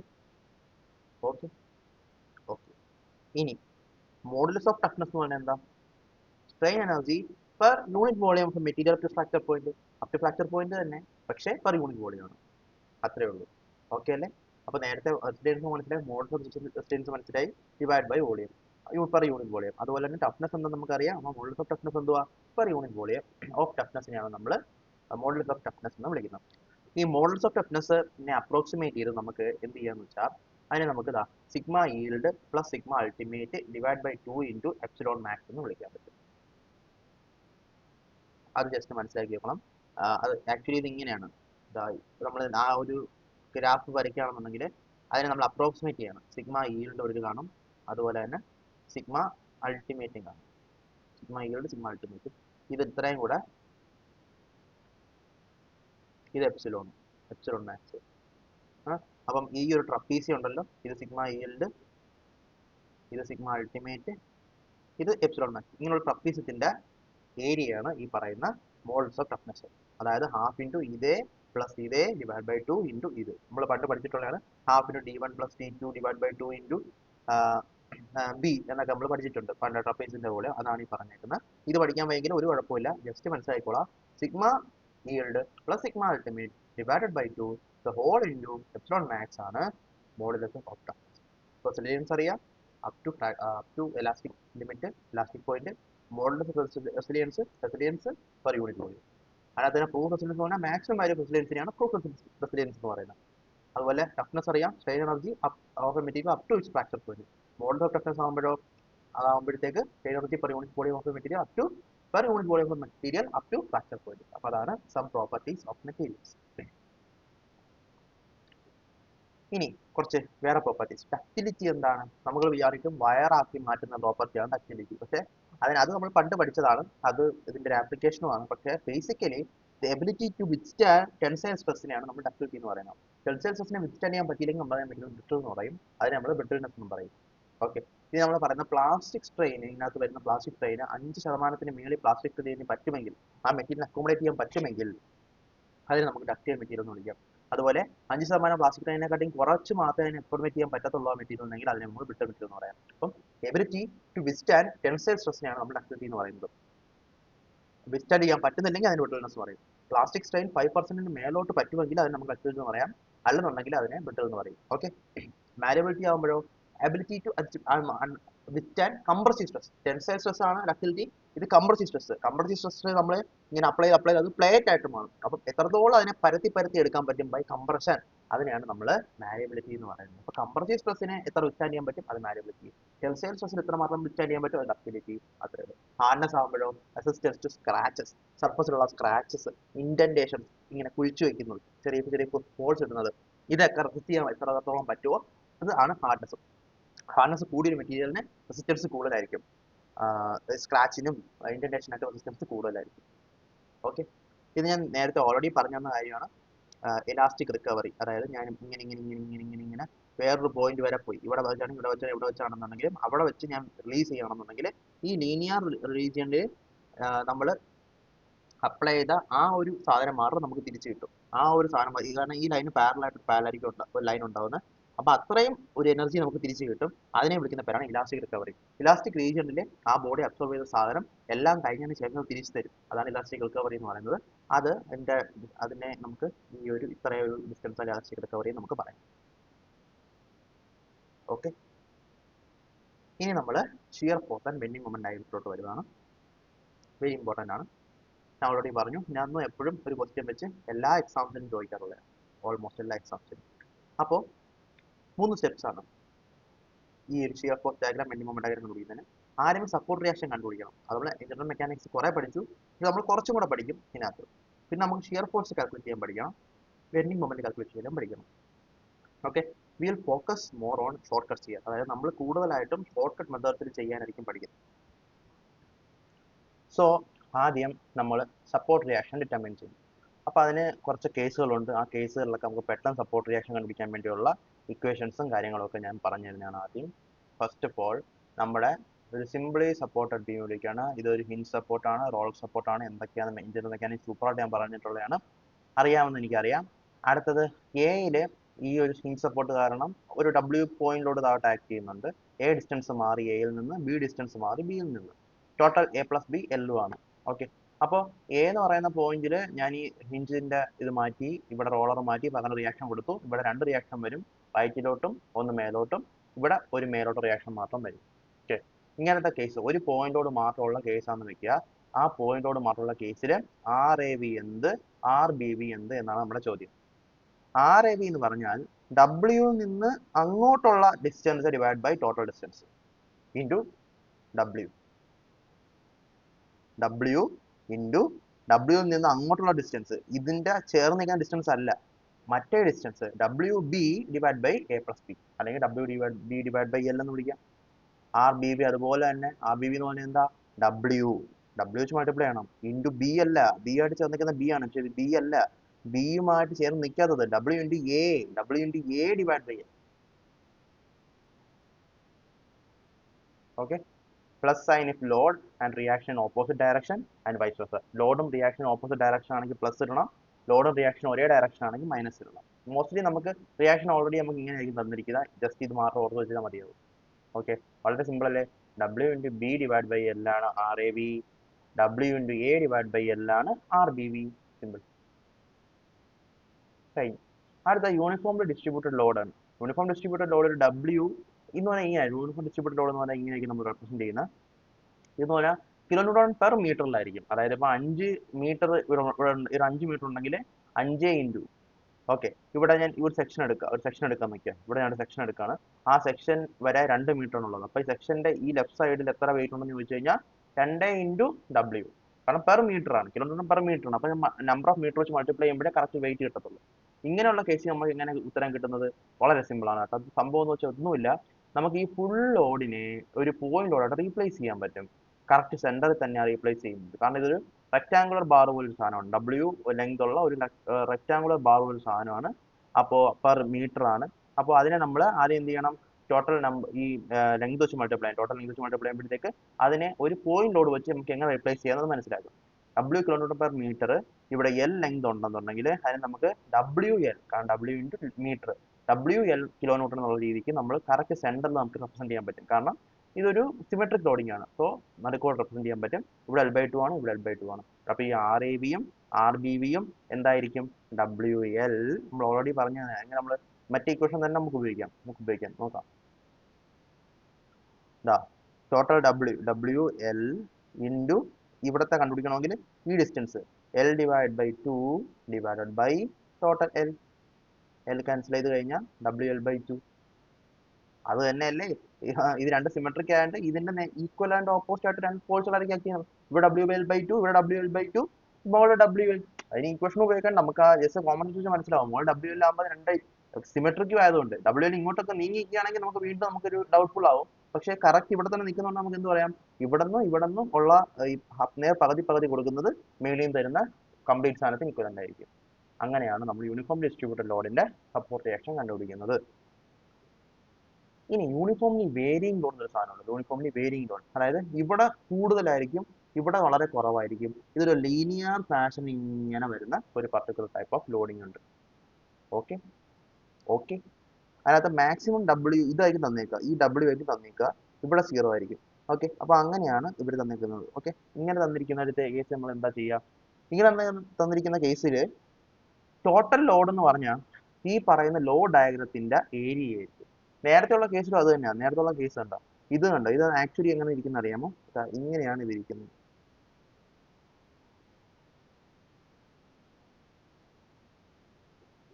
ഇത് W. അപ്പോ ഇതൊരു ലീനിയർ സാധനമാണ്, മനസ്സിലായില്ലേ? അപ്പൊ ഇതിന്റെ ഏരിയ എന്ന് പറഞ്ഞാൽ W × L. അത് തന്നെയാണ് ഇതിനകത്ത് ഉണ്ടാകുന്ന ടോട്ടൽ ലോഡ്. മനസ്സിലായോ? അത്രേ ഉള്ളൂ. അപ്പൊ അതേ കേസിൽ അതേ സംഭവം തന്നെയാണ് നമുക്ക് ഇവിടെ ഉള്ളത്. W ആണ് ഇവിടെ ഉള്ളത്. ഈ ടോട്ടൽ ട്രയാങ്കിളിന്റെ ഏരിയ ആയിരിക്കും ഇതിന്റെ ഉണ്ടായിരിക്കുന്ന ടോട്ടൽ ലോഡ്. ഒരു പോയിന്റ് ലോഡ് വെച്ച് ഇതിനെ റീപ്ലേസ് ചെയ്താൽ നമുക്ക് പറ്റുന്ന ആ ഒരു പോയിന്റ് ലോഡിന്റെ വാല്യൂ എന്ന് പറഞ്ഞാൽ എന്താ? ഈ ടോട്ടൽ ട്രയാങ്കിളിന്റെ ഏരിയ, അതായത് ഹാഫ് ഇൻറ്റു W × L. പക്ഷെ ഇത് ആക്ട് ചെയ്യുന്ന സെൻട്രലിലായിരിക്കില്ലല്ലോ. എവിടെ ആയിരിക്കും ആക്ട് ചെയ്യുന്നത്? ഈ ട്രയാങ്കിളിന്റെ സെൻട്രോയിഡ് എവിടെയാണോ അവിടെ ആയിരിക്കും. ഒരു ട്രയാങ്കിൾ സെൻട്രോയിഡ് എങ്ങനെ പറയാം? അതിന്റെ പെർപെൻഡിക്കുലർ ഡിസ്റ്റൻസ് ഉണ്ടെങ്കിൽ ആ പെർപെൻഡിക്കുലർ ഡിസ്റ്റൻസ് ഡിവൈഡഡ് ബൈ 3യിലായിരിക്കും അതിന്റെ ഇവിടെ നിന്ന്, അതായത് ഈ തടിച്ചിരിക്കുന്ന ഭാഗത്തു നിന്ന് ബൈ 3യും തടിച്ചിരിക്കാതെ ഇവിടെ നിന്ന് നോക്കുവാണെങ്കിൽ 12/3, ആ ഡിസ്റ്റൻസിലായിരിക്കും ഇതിന്റെ സെൻട്രോയിഡ്. ആ സെൻട്രോയിഡിലായിരിക്കും ഇത് മൂലം ഉണ്ടാവുന്ന ഒരു അസ്യൂംഡ് പോയിന്റ് ലോഡ്. ഇതിനെ നമ്മൾ റീപ്ലേസ് ചെയ്തൊരു പോയിന്റ് ലോഡ് ആക്കുവാണെങ്കിൽ അത് ഇവിടെ ആയിരിക്കും അത് കോൺസെൻട്രേറ്റ് ചെയ്തിരിക്കുന്നത്. അപ്പം ഇത് നമുക്ക് ഓൾറെഡി അറിയാം. ഇത് വെച്ച് നമുക്ക് RABയും RBVയും ഈ പറഞ്ഞ L/3, 2L/3 കൊണ്ട് കണ്ടുപിടിക്കാൻ പറ്റും. RAB എന്തുവാ? RAB എന്ന് പറഞ്ഞാൽ ഹാഫ് WL ഇൻറ്റു ഈ ഡിസ്റ്റൻസ് 12 / 3 ടോട്ടൽ L വെച്ച് ഡിവൈഡ് ചെയ്യണം. അപ്പോൾ WL/3 കിട്ടും. RBV എന്ന് പറഞ്ഞാൽ WL/6 കിട്ടും. ഓക്കെ, ഒന്നും കാണാതിരിക്കേണ്ട കാര്യമില്ല. എങ്ങനെ ചെയ്യണമെന്ന് മാത്രം മനസ്സിലാക്കിയാൽ മതി. നമുക്ക് പെട്ടെന്ന് നമുക്ക് ഉത്തരം എഴുതിയെടുക്കാൻ വേണ്ടി പറ്റും. ഓക്കെ, ഇനി അടുത്തത് സൈനുസോയിഡൽ ലോഡിംഗ് വരുമ്പോൾ സൈനുസോയിഡൽ ലോഡിംഗ് ഇങ്ങനെ ആയിരിക്കും വരുന്നത്. W = sin πx / L, അല്ലെങ്കിൽ W sin πx / L, അല്ലെങ്കിൽ W sin 2πx / L, W sin 3π sin x / L, അങ്ങനെയൊക്കെ പറഞ്ഞായിരിക്കും വരുന്നത്. ഇവിടെ W എന്ന് പറഞ്ഞാൽ ഒരു മാക്സിമം വാല്യൂ. ഇവിടെ 10 ഇട്ടാലോ? 10 sin πx / L ന്റെ മാക്സിമം വാല്യൂ എന്തായിരിക്കും? 1 ആയിരിക്കും. ഇവിടെ 10 ഇട്ടാലോ? 10 ആയിരിക്കും മാക്സിമം വാല്യൂ. ആ രീതിയിൽ സൈൻ കർവ് ഫോം ചെയ്യും. അങ്ങനെയാണ് 10 sin 3πx / L എന്ന് പറഞ്ഞാൽ 3π 3π ഉണ്ടാവും. അതായത് ഇങ്ങനെ ലോഡിങ്. 4π ഉണ്ടെങ്കിൽ ഇങ്ങനെ ലോഡിങ്, 1π ഉണ്ടെങ്കിൽ ഇങ്ങനെ ലോഡിങ്, 2π ഉണ്ടെങ്കിൽ ഇങ്ങനെ ലോഡിങ്. അങ്ങനെ ആയിരിക്കും. എത്ര പൈ ഉണ്ടോ അത്രയും ലോഡിങ് ആയിരിക്കും വരുന്നത്. അതൊന്നും നമ്മൾ മൈൻഡ് ചെയ്യേണ്ട കാര്യമില്ല. തൽക്കാലത്തേക്ക് ഇങ്ങനെയാണ് ഇക്വേഷൻ വെക്കുക. WX = W sin nπx / L എന്നാണ് സംഭവം എന്ന് വെച്ചാൽ. അങ്ങനെ ലോഡിങ് നമുക്ക് തന്നു വെക്കാം. അങ്ങനെ ലോഡിങ് തന്നാൽ ഈ n ഓഡ് ആണെങ്കിൽ മാത്രം എങ്ങനെ നമുക്ക് എഴുതാൻ പറ്റും? RAയും RBയും ഈക്വൽ ആയിരിക്കും. അതിന്റെ വാല്യൂ എന്ന് പറഞ്ഞാൽ W ഡിവൈഡഡ് ബൈ ഈ പറയുന്ന സാധനം nπ/L. ടോട്ടൽ W, ഈ പറഞ്ഞ W, ഓക്കെ, ഈ W ഡിവൈഡ് ബൈ ഇത് nπ/L. x വിട്ടേക്കണം, nπ/L, സൈൻ ഒക്കെ വിട്ടേക്കണം. W ഡിവൈഡ് ബൈ nπ/L ആണ് ആ കേസിൽ ഉണ്ടാവുന്ന രണ്ട് സ്ഥലത്ത് ഉണ്ടാവുന്ന റിയാക്ഷൻ. n ഈവൻ ആണെങ്കിൽ ഒരിടത്ത് പോസിറ്റീവ് റിയാക്ഷൻ എടുത്ത് മൈനസ് റിയാക്ഷൻ ആയിരിക്കും. അത് 2WL ഡിവൈഡ് ബൈ nπ² ആണ്. അത് വേണമെങ്കിൽ കാണാൻ പഠിക്കുക. ഇതുവരെ ചോദിച്ചിട്ടില്ല, ചോദിച്ചുകൂടാന്നില്ല. അപ്പൊ 2WL divide by nπ². 2WL divide by n pi square. ഇത് ഇമ്പോർട്ടൻ്റ് ആണ്, ഇത് വളരെ ഇമ്പോർട്ടൻ്റ് ആണ്. W ഡിവൈഡ് ബൈ ഈ സൈനിൻ്റെ എക്സിന് മുന്നിലുള്ള സാധനം n pi divide by n. അങ്ങനെയാണ് നമ്മൾ സൈനസോയ്ഡൽ ലോഡിങ്ങിൻ്റെ റിയാക്ഷൻ കണ്ടുപിടിക്കുന്നത്. RAയും RBയും അങ്ങനെയാണ് നമ്മൾ കണ്ടുപിടിക്കുന്നത്. ഓക്കെ, അടുത്തത് നമുക്ക് ഈ ഒരു ക്വസ്റ്റ്യൻ ചെയ്ത് നോക്കാം. Determine support reaction. അപ്പോൾ ഇത് ഇങ്ങനത്തെ ഒരു ക്വസ്റ്റ്യൻ ആണ്. ഇങ്ങനത്തെ ക്വസ്റ്റ്യന് ഒരു കാര്യങ്ങൾ മനസ്സിലാക്കണം. ഇങ്ങനെ ക്വസ്റ്റ്യൻ വന്ന് എന്ത് ചെയ്യണം എന്ന് ആദ്യം മനസ്സിലാക്കണം. ബേസിക്കലി ഇവിടെ ഇത്രയുള്ളൊരു ബാറുണ്ട്. ഇത് നിൽക്കുന്നത് ഒരു റോളർ സപ്പോർട്ടിലും ഒരു ഹിൻ സപ്പോർട്ടിലുമാണ്. 1 മീറ്റർ മാറി ഇവിടെ ഒരു കമ്പുണ്ട്. ഓക്കെ, ഇവിടെ 4 മീറ്റർ മാറി ഇവിടെ 2 കമ്പുണ്ട്. ഒരു കമ്പ് വേറൊരു കമ്പ്, ഇപ്പോൾ രണ്ടും കൂടെ ചേർന്ന് ഇവിടെ ഇങ്ങനെ ഒരു സെക്ഷനാണല്ലോ ഉള്ളത്. ഈ സെക്ഷനകത്തോട്ട് 5 ന്യൂട്ടൺ ഫോഴ്സ് താഴോട്ട് അപ്ലൈ ആവുന്നുണ്ട്. ഈ ഒരു കമ്പിലോട്ട്, അല്ലെങ്കിൽ ഈ പറയുന്ന ഈ രണ്ടെണ്ണം കൂടെ ചേർന്ന ഒരു കമ്പിലോട്ട് രണ്ടെണ്ണം ചേർന്ന ഒരു വി ടൈപ്പ് ഓഫ് ആ ഒരു സെറ്റപ്പിനകത്തോട്ട് വേറെ ഒരു ഫോഴ്സ് 10 കിലോമീറ്ററിന് ആക്ട് ചെയ്യുന്നുണ്ട്. അപ്പോൾ എന്തിനാണ് ഈ കമ്പിന്റെ പ്രത്യേകത? എന്തിനാണ് ഈ സെക്ഷന്റെ വി ടൈപ്പ് ഓഫ് തിങ് ഞാൻ കമ്പെന്ന് പറയുന്നത്? അതിന് എന്ത് വേണമെങ്കിൽ പറയാം. ഈ രണ്ട് കമ്പുകളുടെ ഒരു കോമ്പിനേഷൻ. ഇതിന്റെ പ്രത്യേകത എന്ന് പറഞ്ഞാൽ, നമുക്ക് 10 കിലോമീറ്റർ ഇവിടെ കൊടുത്താൽ ഫസ്റ്റ് ഓഫ് ഓൾ ഈ 10 കിലോമീറ്റർ അതേപോലെ ഇവിടെ ഇങ്ങനെ വരും. അതാണ് ഫസ്റ്റ് നമ്മൾ മനസ്സിലാക്കേണ്ടത്. 10 കിലോമീറ്റർ അതേപോലെ ഇവിടെ കിട്ടും. ഒന്നാമത്തെ കാര്യം. ഇവിടെ 5 കണ്ടോ? 5 ഈ കമ്പിൽ കൂടെ കയറി 5 ഇതുപോലെ ഇവിടെ നേരെ താഴോട്ട് 5 വരും. അപ്പൊ നമ്മൾ ചോദിക്കും, ഇവിടെ മര്യാദയ്ക്ക് 1 കൊടുത്താൽ, മര്യാദയ്ക്ക് 10 ഇങ്ങോട്ടും മര്യാദയ്ക്ക് ഇവിടെ 5 ഇങ്ങോട്ടും കൊടുത്താൽ പോരാ. ഇങ്ങനെ ചെയ്യുന്ന ഒരു കാര്യം കൂടെ ഉണ്ട്. അതായത് ഈ 10 കിലോ ന്യൂട്ടൺ ഇൻറ്റു ഈ 1, 10 ഇൻറ്റു ഈ 1 മൊമെന്റ് ആയിട്ട് ഇവിടെ ഈ ഒരു with respect to this point ഒരു ക്ലോക്ക് വൈസ് മൊമെന്റ് ആയിട്ട് വേണം. ഇങ്ങനെ ഫോഴ്സ് കൊടുക്കുമ്പോൾ ഇങ്ങനെ കറങ്ങാനാണ് സാധ്യത. അപ്പം ഇങ്ങനെ ഒരു ടേണിങ് ഞാൻ കിട്ടുക. അപ്പോൾ അതുകൊണ്ട് തന്നെ ഒരു ക്ലോക്ക് വൈസ് മൊമെന്റ് ഇവിടെ ഫോം ചെയ്യും. അത് 10 കിലോ ന്യൂട്ടൺ മീറ്റർ ആണ്. ഓക്കെ, അതുപോലെ ഈ 5 ഇവിടെ കൊടുക്കുമ്പോൾ എന്ത് പറ്റും? 5 ഇവിടെ കൊടുക്കുമ്പോൾ എന്ത് പറ്റും? 5 എത്രമാത്രം മാറിയാണോ ഈ ഒരു പോയിന്റിൽ നിന്ന്, അല്ലെങ്കിൽ ഈ ലൈൻ ഓഫ് ആക്ഷൻ എന്തുമാത്രം മാറിയാണ് 5 നിൽക്കുന്നത്, അത്രയും ഇത് 5x1 ഇവിടെ ഒരു എന്താ പറയുക, ഇങ്ങനത്തെ ഒരു ക്ലോക്ക് വൈസ് മൊമെന്റ് ഇവിടെ കിട്ടും. 5 കിലോ ന്യൂട്ടൺ മീറ്റർ കിട്ടും. അപ്പം ഇത് നമ്മൾ മനസ്സിലാക്കണം. ഇതിനാണ് ഇതിന്റെ പ്രസക്തി. ഈ ഒരു കമ്പുകളുടെ പ്രസക്തി അതാണ്. അപ്പൊ അങ്ങനെ ജസ്റ്റ് അതിനെ നമ്മൾ സിംപ്ലിഫൈ ചെയ്ത് നമുക്ക് ഇങ്ങനെ കിട്ടും. 1 മീറ്റർ മാറി 10 കിലോ ന്യൂട്ടൺ മീറ്റർ മൊമെന്റും 10 കിലോ ന്യൂട്ടൺ ഫോഴ്സും ഉള്ള ഒരു സിസ്റ്റം. പിന്നെ ഒരു 4 മീറ്റർ മാറിയിട്ട് 5 കിലോ ന്യൂട്ടൺ ഫോഴ്സ് താഴോട്ടും 5 കിലോ ന്യൂട്ടൺ മീറ്റർ ഒരു മൊമെന്റ് ഉള്ള ഇങ്ങോട്ട് 2 ക്ലോക്ക് വൈസ് മൊമെന്റ് ഉള്ള ഒരു സിസ്റ്റം. പിന്നെ ഇവിടെ RBV, ഇവിടെ RA, ഇവിടെ RBH. ഓക്കെ, ചോദിച്ചേക്കുന്നത് സപ്പോർട്ട് റിയാക്ഷൻ കണ്ടുപിടിക്കാനാണ്. അപ്പൊ ഈ കേസ് നമ്മൾ നേരത്തെ പഠിച്ച ടെക്നോളജി വെച്ചിട്ടൊന്നും നമുക്ക് കിട്ടൂല. നമ്മൾ മറ്റേ ലെങ്ത് ഓഫ് ബാർ വെച്ചിട്ടൊക്കെ നമ്മൾ കുറെ ഇക്വേഷൻസ് ഒക്കെ പഠിച്ചല്ലോ.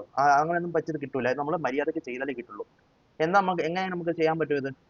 ഫസ്റ്റ് ഓഫ് ഓൾ ഞാൻ പറയണം, sigma MB is equal to 0. Okay, ഇത് A, ഇത് B,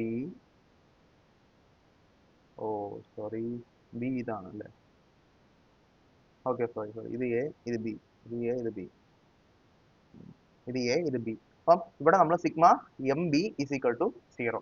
അതായത് എല്ലാ പോയിന്റിലും മൊമെന്റ് എന്തായിരിക്കണം? 0 ആയിരിക്കണം. അതൊരു കണ്ടീഷനാണ്. പിന്നെ ലോൺജിറ്റ്യൂഡിനൽ ഫോഴ്സുകളെല്ലാം ഈക്വൽ ആയിരിക്കണം.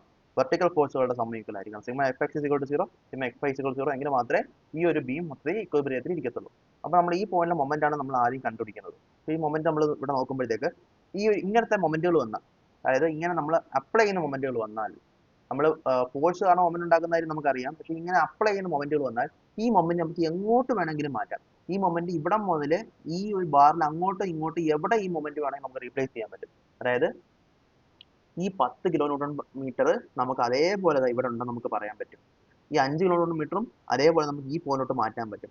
ഈ പോയിന്റ് ഉള്ളത് ഈ പോയിന്റിലുണ്ട്, ഇതുണ്ടെങ്കിൽ ഇതും ഉണ്ട്. അങ്ങനെ ഈ കംപ്ലീറ്റ് സാധനങ്ങളിലും ഈ ഒരു മൊമെന്റ് ആക്ട് ചെയ്തുകൊണ്ടിരിക്കും. പക്ഷേ ഫോഴ്സ് കൊണ്ടുണ്ടാക്കുന്ന മൊമെന്റ്, ആ ഫോഴ്സിന്റെ ഡിസ്റ്റൻസ്, ആ ഫോഴ്സിന്റെ ലൈൻ ഓഫ് ആക്ഷനിലാണ് ആ പോയിന്റ് നമ്മൾ എടുക്കുന്നതെങ്കിൽ അവിടെ ഒന്നും മൊമെന്റ് വരത്തില്ല.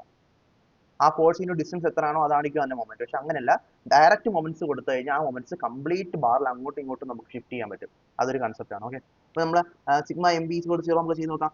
ഫസ്റ്റ് ഓഫ് ഓൾ ഈ 10 കിലോ ന്യൂട്ടൺ മീറ്റർ ഒരു ക്ലോക്ക് വൈസ് മൊമെന്റ് ആയിട്ട് നമുക്ക് നെഗറ്റീവ് ഇടാം. -10 ഡയറക്റ്റ് ഇതായി ഇവിടെ വരും. അതുപോലെ ഈ 5 അതുപോലെ ഇവിടെ വരും. -5 അതുപോലെ ഇവിടെ വരും.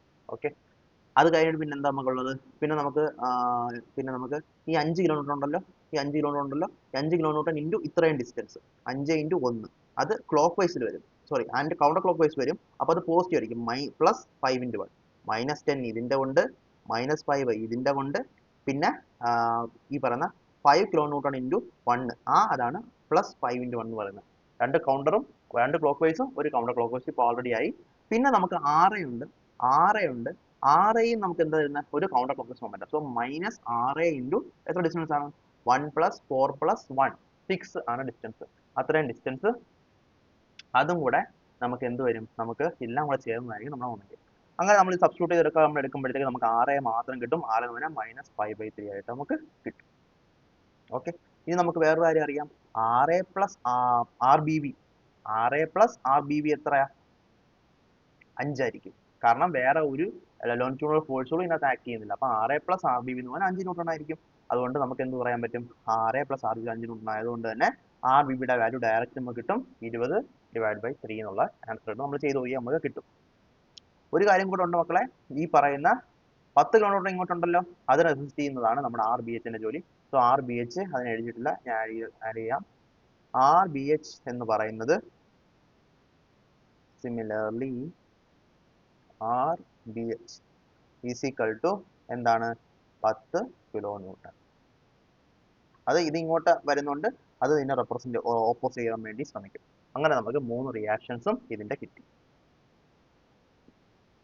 പിന്നെ നമ്മൾ പഠിച്ച എക്സ്ട്രാ കാര്യം എന്താ, ഒരു കംപ്ലീറ്റ് മൊമെന്റ് ഒരു പോയിന്റ് ആക്ട് ചെയ്യുന്നുണ്ടെങ്കിൽ അത് കംപ്ലീറ്റ് ആയിട്ട് ഈ വാൾ മൊത്തത്തിൽ അങ്ങോട്ടും ഇങ്ങോട്ടും മൂവ് ചെയ്യും. ഇനിയിപ്പോൾ നമ്മൾ ആ റേയിലാണ് മൊമെന്റ് എടുക്കുന്നത് നോക്കി, അങ്ങനെ ആണെങ്കിൽ ഈ 5 കാരണം ഒരു മൊമെന്റ് ഉണ്ടാവും, ഈ 10 ഇവിടെയും വരും, ഈ 5 ഇവിടെയും വരും, മനസ്സിലായില്ലേ? പിന്നെ RBVയും വരും. ആ രീതിക്കായിരിക്കും മൊമെന്റ് വരുന്നത്. അങ്ങനെ നമുക്ക് കണ്ടുപിടിക്കാം, അങ്ങനെ വെച്ച് നമുക്ക് RBV കണ്ടുപിടിക്കാൻ പറ്റും. അതായത് 6 പിന്നെ വരത്തില്ല. ഇവിടെ നമ്മൾ ഈ പോയിന്റ് എയിൽ മൊമെന്റ് എടുത്തു കഴിഞ്ഞാൽ പിന്നെ 6 കൊണ്ടുള്ള മൊമെന്റ് ഇല്ലല്ലോ അവിടെ. RBV കൊണ്ടുള്ള മൊമെന്റ് മാത്രമല്ലേ ഉള്ളൂ. RBV ഉള്ള മൊമെന്റ് ഉണ്ട്, 5 കൊണ്ടുള്ള മൊമെന്റ് ഉണ്ട്. ഈ 5 കിലോമീറ്റർ മീറ്റർ അതുപോലെ വരും, 10 കിലോമീറ്റർ മീറ്ററും അതുപോലെ വരും. അത് നിങ്ങൾ ചെയ്ത് നോക്ക്, ഇതേ ഉത്തരം കിട്ടും. RBVയുടെ വാല്യൂ നമുക്ക് വേണ്ടത് ഈ 20/3 തന്നെ കിട്ടും. ചെയ്ത് നോക്കിക്കോളൂ. അപ്പോൾ ഇതാണ് നമ്മൾ ഈ ക്വസ്റ്റ്യൻ സപ്പോർട്ട് റിയാക്ഷൻ കണ്ടുപിടിക്കാനുള്ള നമ്മുടെ ക്വസ്റ്റ്യൻ.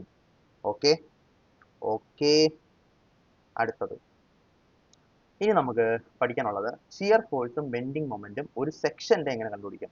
നമുക്ക് ഡയഗ്രാം വരാക്കി ഇതും പോരാ, അടുത്ത സ്റ്റെപ്പിലോട്ട് പോകണം. പക്ഷേ ആദ്യം നമുക്കൊരു സെക്ഷൻ എടുത്തിട്ട് ആ സെക്ഷന്റെ ഷിയർ ഫോഴ്സും ബെൻഡിങ് മൊമെന്റും എങ്ങനെ വരയ്ക്കാം നമുക്ക് പഠിക്കാം. പടം ഇതാണ് പടം, ഇതാ 2 ഇങ്ങോട്ട് മാറി, 5, 3, അങ്ങനെ 3 പീസായിട്ട് നമ്മൾ ഈ ഒരു ബാറിനെ വെച്ചേക്കാണ്. ഈ ബാറ് ഒരു ഹിഞ്ച് ജോയിന്റ് ഉണ്ട്, ഒരു റോളർ സപ്പോർട്ട് ഉണ്ട്. ഓക്കെ, 10 ഇങ്ങോട്ടുണ്ട്, 30 ഇങ്ങോട്ടുണ്ട്. ഓക്കെ, അതുകൊണ്ട് തന്നെ ഇവിടെ ഒരു RB മേലോട്ടും 6 മേലോട്ടും മാത്രമേ കാണുള്ളൂ.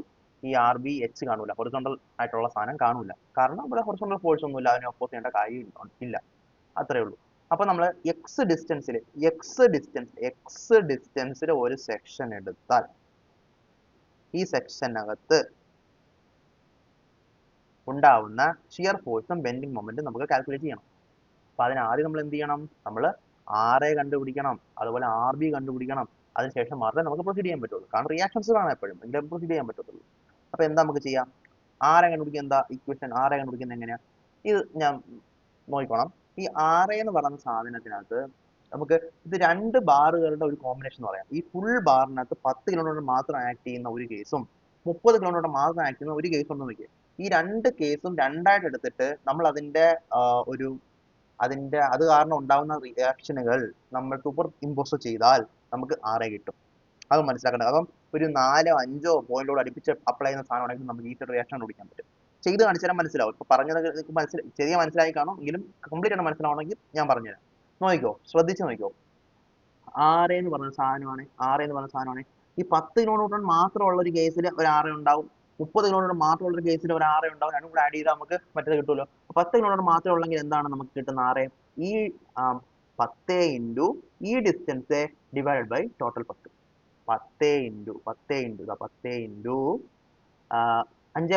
3, 8 ഡിവൈഡഡ് ബൈ 10. അപ്പൊ അത് ഒരു റിയാക്ഷൻ ഉണ്ടാവുമല്ലോ. റിയാക്ഷൻ അത് പോസിറ്റീവ് ആയിരിക്കും, കാരണം എന്താ, ഓപ്പോസിറ്റ് ഡയറക്ഷൻ ആയതുകൊണ്ട്. എഗെയിൻ പ്ലസ് 30 കാരണം 30 ഇൻറ്റു 3 ഡിവൈഡ് ബൈ 10. കണ്ടോ, രണ്ടും കൂടെ ആഡ് ചെയ്താൽ 17 കിലോമീറ്ററിനാണ് RA. അതുപോലെ തന്നെ RBയും കണ്ടുപിടിക്കാം. നിങ്ങൾ തന്നെ സ്വയം കണ്ടുപിടിച്ച് നോക്കാം. ഓക്കെ അല്ലേ? അങ്ങനെ നമ്മൾ റിയാക്ഷൻസ് രണ്ടും കണ്ടുപിടിച്ച് കഴിഞ്ഞ് ഇനി നമുക്ക് എക്സ് എന്ന് പറയുന്ന എക്സ് ഡിസ്റ്റൻസിലുള്ള ആ സെക്ഷനകത്തുള്ള ഷിയർ ഫോഴ്സ് കണ്ടുപിടിക്കാം. ഓക്കെ ഓക്കെ ഓക്കെ നോക്കാം. അപ്പം ഈ പോയിന്റിലെ ഈ ഒരു സെക്ഷനിലെ ഷിയർ ഫോഴ്സ് നമുക്ക് ആദ്യം കണ്ടുപിടിക്കണം. എന്ത് ചെയ്യും ഈ സെക്ഷനെ മാത്രം നമ്മൾ ഐസൊലേറ്റ് ചെയ്തെടുക്കും. ഈ ഒന്നിൽ നമ്മൾ ലെഫ്റ്റ് സൈഡ് മാത്രം എടുത്ത് നോക്കണം, അല്ലെങ്കിൽ റൈറ്റ് സൈഡ് മാത്രം എടുത്ത് നോക്കണം. രണ്ട് ചെയ്താലും നമുക്ക് ഉത്തരം കിട്ടും. ഒന്ന് ലെഫ്റ്റ് സൈഡ് മാത്രം എടുത്ത് നോക്കണം, അല്ലെങ്കിൽ റൈറ്റ് സൈഡ് മാത്രം എടുത്ത് നോക്കണം. ഓക്കെ, ലെഫ്റ്റ് സൈഡിലാണെന്നുണ്ടെങ്കിൽ മുകളിലോട്ടുള്ള സാധനങ്ങൾ പോസിറ്റീവ്, റൈറ്റ് സൈഡിലാണെങ്കിൽ താഴോട്ടുള്ള സാധനങ്ങൾ പോസിറ്റീവ്. അതാണ് കൺവെൻഷൻ. ലെഫ്റ്റ് സൈഡിലാണെങ്കിൽ മേലോട്ടുള്ളത് പോസിറ്റീവ്, റൈറ്റ് സൈഡിലാണെങ്കിൽ താഴോട്ടുള്ള പോസിറ്റീവ്. അതിന്റെ നേരെ ഓപ്പോസിറ്റ് ആയിരിക്കും നെഗറ്റീവ് വരുന്ന കേസ്. അപ്പോൾ നമ്മൾ ലെഫ്റ്റ് സൈഡിൽ മേലോട്ടുള്ളത് പോസിറ്റീവ് എന്ന് മാത്രം പഠിച്ചാൽ മതി, റൈറ്റ് സൈഡിൽ മേലോട്ടുള്ളത് നെഗറ്റീവ് ആണ്, റൈറ്റ് സൈഡിൽ താഴോട്ടുള്ളതാണ് പോസിറ്റീവ്. ഓക്കെ, അപ്പോൾ ഈ കേസിൽ വി എക്സ് എക്സ് നമുക്ക് ലെഫ്റ്റ് സൈഡിൽ എടുത്ത് നോക്കാം. ലെഫ്റ്റ് സൈഡ് നോക്കുമ്പോഴത്തേക്ക് ഇവിടെ ആൾറെഡി ഒരു 10 ഉണ്ട്, 10 പ്ലസ് ആണ്, പ്ലസ് അത് പ്ലസ് 17 മൈനസ് 10, അപ്പോൾ എത്ര വരും? 7 കിലോ ന്യൂട്ടൺ മേലോട്ട്, 7 കിലോ ന്യൂട്ടൺ മേലോട്ട്. അതാണ് ഫ്രം ലെഫ്റ്റ് ഹാൻഡ് സൈഡ്. അതുപോലെ റൈറ്റ് ഹാൻഡ് സൈഡിൽ നിന്ന് നമുക്ക് എടുക്കാൻ പറ്റും. ഇവിടെ 23 ആണ്, 23 മേലോട്ടാണ് ഇത് ആക്ട് ചെയ്യുന്നത്. മേലോട്ട് റൈറ്റ് സൈഡിൽ മേലോട്ട് നെഗറ്റീവ് ആണ്. അപ്പം -23 പ്ലസ് 30, അപ്പൊ എന്താ? വീണ്ടും 7 കിലോ ന്യൂട്ടൺ പോസിറ്റീവ് വരും. അത് താഴോട്ടായിരിക്കും ആക്ട് ചെയ്യുന്നത്. അപ്പം മേലോട്ടും താഴോട്ടും ആക്ട് ചെയ്യുന്ന ഒരു രണ്ട് ഷിയർ ഫോഴ്സിൽ ഒരു സെക്ഷൻ എടുത്തു കഴിഞ്ഞാൽ ഒന്ന് മേലോട്ടും താഴോട്ടും ആക്ട് ചെയ്യെങ്കിലേ ബാലൻസ് ഉണ്ടാവത്തുള്ളൂ. മനസ്സിലായോ? അപ്പം ഇത് രണ്ടും പോസിറ്റീവ് ഷിയർ ഫോഴ്സ് ആണ്. കാരണം ഈ സെക്ഷനിൽ നിന്ന് നമ്മൾ ലെഫ്റ്റിലോട്ട് നോക്കുമ്പോഴത്തേക്ക് നമുക്ക് കിട്ടുന്ന അപ്വേർഡ് വാല്യൂസും പോസിറ്റീവ് ആണ്. ഈ സെക്ഷനിൽ നമ്മൾ റൈറ്റിലോട്ട് നോക്കുമ്പോഴത്തേക്ക് നമുക്ക് കിട്ടുന്ന ഡൗൺവേർഡ് വാല്യൂസും പോസിറ്റീവ് ആണ്. മനസ്സിലായോ? സിമ്പിൾ ആയിട്ട് മനസ്സിലായോ? അങ്ങനെ നമുക്ക് ഈ സെക്ഷനകത്ത് കണ്ടുപിടിക്കാൻ വേണ്ടി പറ്റും 7 കിലോമീറ്റർ ആണ് ആക്ട് ചെയ്യുന്നത്. ഈസി ആയിട്ട് കണ്ടുപിടിക്കാൻ വേണ്ടി പറ്റും. നിങ്ങൾ സ്വയം കണ്ടുപിടിച്ച് നോക്ക്. സ്വയം കണ്ടുപിടിക്കാൻ ഞാൻ ഒരു ക്വസ്റ്റ്യൻ തരാം. ഈ പറയുന്ന ഈ സെക്ഷൻ ഉണ്ടല്ലോ, ഈ സെക്ഷനകത്ത് എക്സ് ഡബിൾ ഡാഷ് ഈ സെക്ഷനകത്ത് ഉണ്ടാവുന്ന ഷിയർ ഫോഴ്സ് കണ്ടുപിടിച്ച് നോക്കുക. സ്വന്തമായിട്ട് കണ്ടുപിടിച്ച് നോക്കുക ആദ്യം. അപ്പൊ ലെഫ്റ്റ് സൈഡ് എന്താ? പ്ലസ് മേലോട്ട് 17, വേറെ ഒന്നും ഈ ലെഫ്റ്റ് സൈഡിൽ വരുന്നില്ല. അപ്പൊ പിന്നെ നമുക്ക് ഈസി ആയിട്ട് മനസ്സിലാവും. മേലോട്ട് 17 ആണെങ്കിൽ പ്ലസ്, മേലോട്ട് ലെഫ്റ്റ് സൈഡിൽ ഈ സെക്ഷന്റെ ലെഫ്റ്റ് സൈഡിൽ പോസിറ്റീവ് ആണ് മേലോട്ട്, അപ്പൊ 17 തന്നെ ആയിരിക്കും നമുക്ക് വേണ്ടുന്ന ഷിയർ ഫോഴ്സ്. അത് പ്ലസ് ആയിരിക്കും, പോസിറ്റീവ് ഷിയർ ഫോഴ്സ് ആയിരിക്കും. അതേപോലെ റൈറ്റ് സൈഡ് നോക്കിയാലോ, റൈറ്റ് സൈഡിൽ മേലോട്ടുള്ളത് നെഗറ്റീവ്, ഇപ്പൊ 23 നെഗറ്റീവ് ആണ്, പ്ലസ് 30 പ്ലസ് 10 ഈക്വൽ ടു താഴോട്ട് എത്ര? അല്ലെങ്കിൽ പ്ലസ് 7 ആണ് ഉത്തരം. അത് താഴോട്ടാണ് ആക്ട് ചെയ്യുന്നത്, പക്ഷേ പോസിറ്റീവ് ഷിയർ ഫോഴ്സ് ആയിരിക്കും. അത്രേ ഉള്ളൂ ഷിയർ ഫോഴ്സ് കണ്ടുപിടിക്കാൻ. വേറെ ഒരു സാധനമില്ല. ഇത്ര സിമ്പിൾ ആണ് ഷിയർ ഫോഴ്സ് കണ്ടുപിടിക്കാൻ. വളരെ സിമ്പിൾ. ലെഫ്റ്റിൽ നിന്ന് റൈറ്റിൽ നിന്ന് നമ്മൾ കണ്ടുപിടിക്കാൻ പഠിക്കണം. കാരണം എന്ന് വെച്ചാൽ ചില കേസുകളിൽ നമ്മൾ ഒരു പോയിന്റിൽ ഒരുപാട് ലോഡുള്ള കേസിൽ പെട്ടെന്ന് വേറൊരു സൈഡിൽ നമുക്ക് കണ്ടുപിടിക്കാൻ പറ്റും. അപ്പൊ അതുകൊണ്ട് ഈ സൈൻ കൺവെൻഷൻ ഒരിക്കലും തെറ്റരുത്, ഒരു കാരണവശാലും തെറ്റരുത്. സെക്ഷന്റെ ലെഫ്റ്റ് സൈഡില് മേലോട്ട് പോസിറ്റീവ്, ഇത് മാത്രം പഠിച്ചാൽ മതി. ലെഫ്റ്റ് സൈഡിൽ നിന്ന് എടുത്തു കഴിഞ്ഞാൽ മേലോട്ട് പോസിറ്റീവ്, ഇത് മാത്രം പഠിച്ചാൽ മതി. ബാക്കിയെല്ലാം നമുക്ക് അത് വെച്ചിട്ട് കണ്ടുപിടിക്കാൻ വേണ്ടി പറ്റും. അങ്ങനെ ഈ ഒരു സാധനം, ഈ സൈൻ കൺവെൻഷൻ മറക്കരുത്. സെക്ഷന്റെ ലെഫ്റ്റ് സൈഡിൽ മേലോട്ട് പോസിറ്റീവ്, സെക്ഷന്റെ റൈറ്റ് സൈഡിൽ താഴോട്ട് പോസിറ്റീവ്. ഷിയർ ഫോഴ്സ് കിട്ടിയോ? ഷിയർ ഫോഴ്സ് ഇത്രയേ ഉള്ളൂ. ഷിയർ ഫോഴ്സ് ആ സെക്ഷനെ കണ്ടുപിടിക്കാൻ വേണ്ടി നമുക്ക് ഇത്ര ചെയ്യേണ്ട കാര്യം. ബെൻഡിങ് മൊമെന്റ് കണ്ടുപിടിക്കാം. ബെൻഡിങ് മൊമെന്റ് കണ്ടുപിടിക്കാൻ വളരെ സിമ്പിൾ ആണ്. അതിന് മുന്നേ നമുക്ക് ബെൻഡിങ് മൊമെന്റ് സൈൻ കൺവെൻഷൻ ആദ്യം നമുക്ക് നോക്കാം. അപ്പം ഒരു സെക്ഷൻ ഉണ്ടെന്ന് വെക്കി, ഒരു സെക്ഷൻ ഉണ്ട്. ആ സെക്ഷൻ ലെഫ്റ്റ് സൈഡിൽ എന്തൊക്കെ ചെയ്യുമ്പോൾ പോസിറ്റീവ്, റൈറ്റ് സൈഡിൽ എന്തൊക്കെ ചെയ്യുമ്പോൾ നെഗറ്റീവ്, അങ്ങനെയൊക്കെയാണല്ലോ ഒരു ഇത് വരുന്നത്. അപ്പോൾ നമുക്ക് അതിന് ഒരു ഡയഗ്രാം, ഈ ഒരു ഡയഗ്രാം പഠിക്കണം. സിമ്പിൾ ആണ്. ചിരിച്ചുകൊണ്ടിരിക്കുന്നത് പോസിറ്റീവ്, ഇങ്ങനെ കരഞ്ഞുകൊണ്ടിരിക്കുന്നത് നെഗറ്റീവ്. അതെല്ലാവർക്കും മനസ്സിലാവും, പെട്ടെന്ന് വരയ്ക്കാൻ പറ്റും. ഇനി ഈ നടുക്കൂടെ സെക്ഷൻ പോയി കഴിഞ്ഞാൽ ഈ ഡയറക്ഷനിൽ പോണ മൊമെന്റുകളെല്ലാം നമ്മൾ പോസിറ്റീവ് എടുക്കും. ഈ ഡയറക്ഷനിൽ പോകുന്ന മൊമെന്റുകളെല്ലാം നമ്മൾ എങ്ങനെ എടുക്കും? പോസിറ്റീവ് എടുക്കും. ഈ സെക്ഷൻ ഇത് എവിടെയാണെന്നുണ്ടെങ്കിൽ, ഇതാണ് ഒരു സെക്ഷൻ എങ്കിൽ ഇങ്ങനെ പോണത്, ഈ സെക്ഷന്റെ ലെഫ്റ്റ് സൈഡിൽ ഇങ്ങനെ പോകുന്നതൊക്കെ പോസിറ്റീവ്, റൈറ്റ് സൈഡിൽ ഇങ്ങനെ പോകുന്നതൊക്കെ പോസിറ്റീവ്. അതിന്റെ പോലെ തന്നെ ഓപ്പോസിറ്റ് ആയിട്ട് ഈ സെക്ഷന്റെ ലെഫ്റ്റ് സൈഡിൽ ഇങ്ങനെ ഈ പറയുന്ന കൗണ്ടർ ക്ലോക്ക് വൈസിൽ പോയാൽ നെഗറ്റീവ്, ക്ലോക്ക് വൈസിൽ പോയാലും ആ സെക്ഷന്റെ റൈറ്റ് സൈഡിലാണ് ക്ലോക്ക് വൈസിൽ പോകണമെങ്കിൽ നെഗറ്റീവ്. നമുക്കൊരു പ്രോബ്ലം ചെയ്യുമ്പോൾ പെട്ടെന്ന് മനസ്സിലാവും. സംഗതി വലിയ പാടുള്ള കേസൊന്നുമല്ല, എളുപ്പമാണ്. ഓക്കെ, അപ്പോ നോക്കാം. ഇത് തന്നെയാണ് നമ്മുടെ സെക്ഷൻ മാറ്റമില്ല. നമുക്ക് ലെഫ്റ്റ് സൈഡിൽ നിന്ന് ഇങ്ങോട്ടുള്ള കാര്യങ്ങൾ നോക്കാം. അപ്പോൾ നമുക്ക് ആദ്യമേ നമുക്ക് എന്ത് ചെയ്യാൻ പറ്റും? ഈ ഇവിടെ 17 ആണ്, നമുക്ക് ഓൾറെഡി അറിയാം RA17 ആണ്. അപ്പോൾ ഈ 17 കാരണം ഇവിടെ ഒരു മൊമെന്റ് ഉണ്ടാവും. ആ മൊമെന്റ് പോസിറ്റീവ് ആണോ നെഗറ്റീവ് ആണോ നിങ്ങൾ തന്നെ ആലോചിച്ച് നോക്ക്. സെക്ഷന്റെ ലെഫ്റ്റ് സൈഡ് ഇത് കാരണം ഉണ്ടാകുന്ന കൗണ്ട് ഇങ്ങനെ ക്ലോക്ക് വൈസ് മൊമെന്റ് ആണ്. ക്ലോക്ക് വൈസ് മൊമെന്റ് ആണ്, അപ്പോൾ അത് പോസിറ്റീവ് ആയിരിക്കും. സോ +17x, ഇവിടെ നമ്മൾ എക്സ് വെച്ച് എഴുതുന്നത് കാരണം വെച്ചാൽ ഇവിടം മുതൽ ഇവിടം വരെയുള്ള എല്ലാ പോയിന്റ്സിലും നമുക്ക് ഉള്ള മൊമെന്റ് കണ്ടുപിടിക്കാൻ ഈ ഒരു സെക്ഷൻ മാത്രം യൂസ് ചെയ്യുക. ഈ എക്സിനനുസരിച്ച് ആൻസർ മാറിക്കൊണ്ടിരിക്കും. ഈ 30 കഴിഞ്ഞാൽ നമ്മൾ വേറെ സെക്ഷൻ കണ്ടുപിടിക്കണം, കാരണം ഒരു ഫോഴ്സ് ഇവിടെ എക്സ്ട്രാ വന്നു, ഇവിടെയും വേറെ സെക്ഷൻ കണ്ടുപിടിക്കണം. അപ്പം നമുക്ക് ഈ പോയിന്റ് വരെ നമുക്ക് എക്സ് എന്ന് പറയുന്ന സെക്ഷൻ മാത്രം മതി.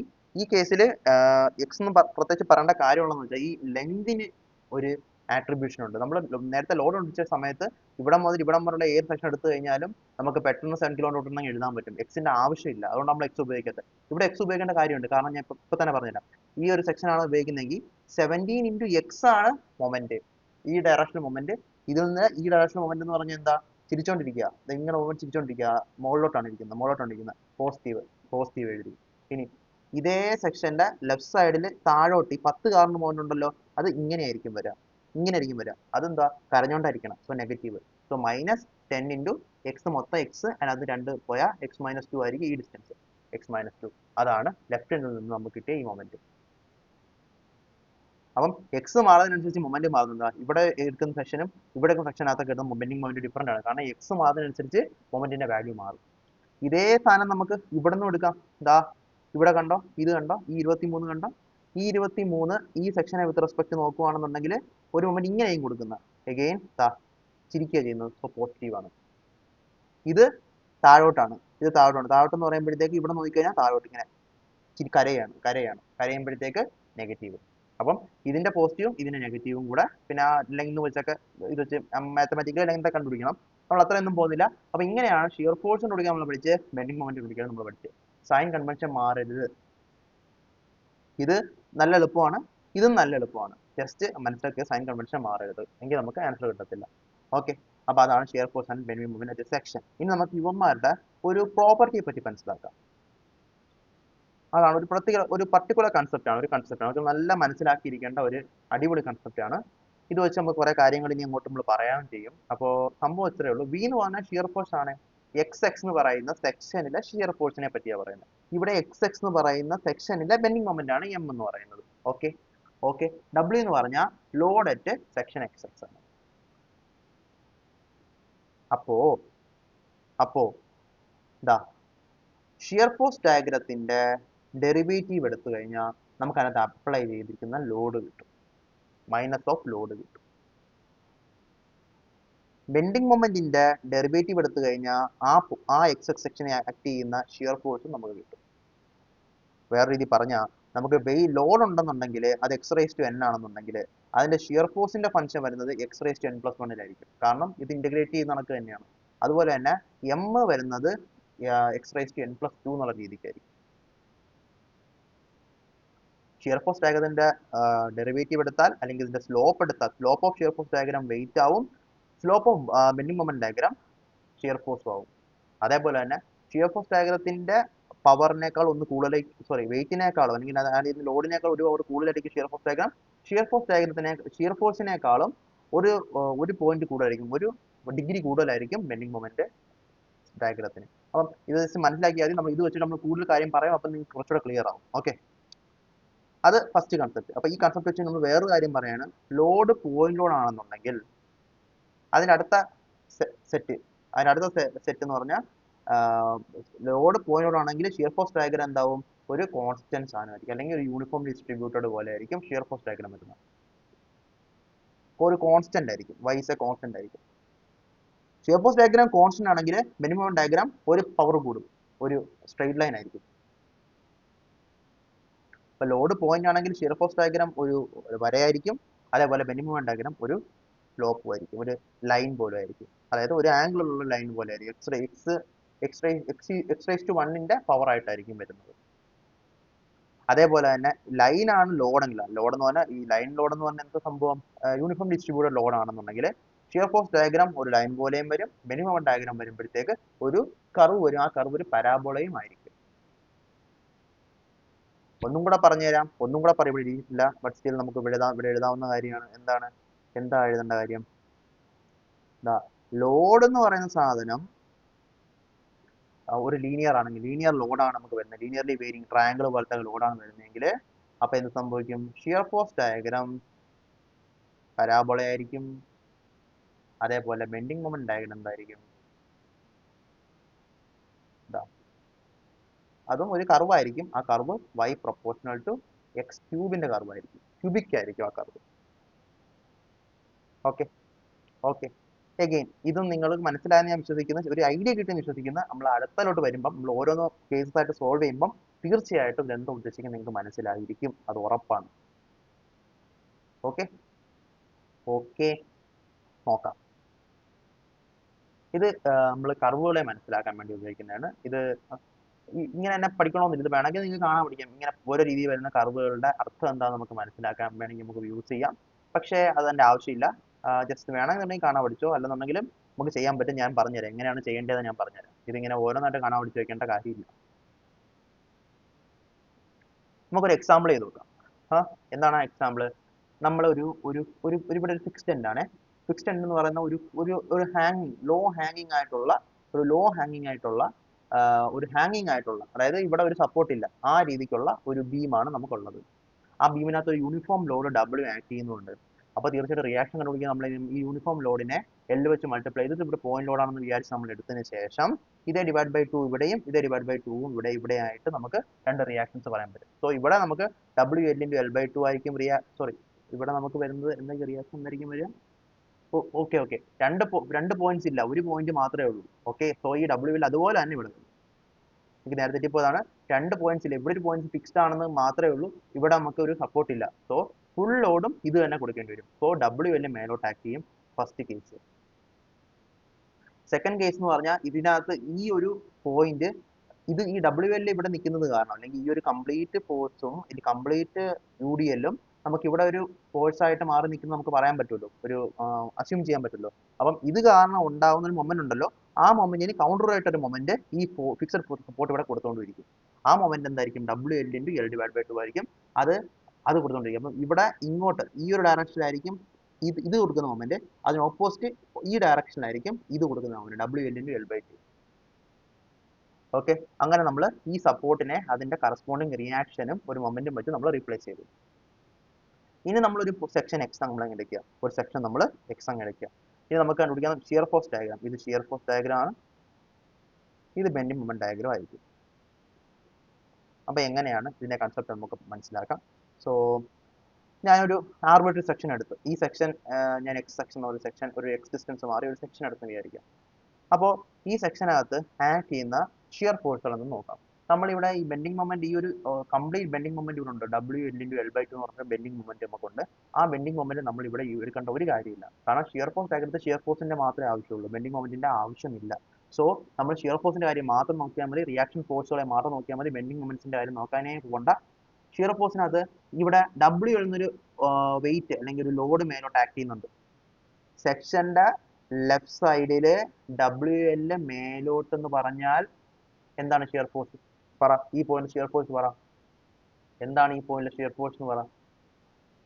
ഈ ഒരു പോയിന്റിലെ മാത്രം ഷിയർ ഫോഴ്സ് എന്താന്ന് പറ. അത് മേലോട്ടായിരിക്കും, പോസിറ്റീവ് ആയിരിക്കും.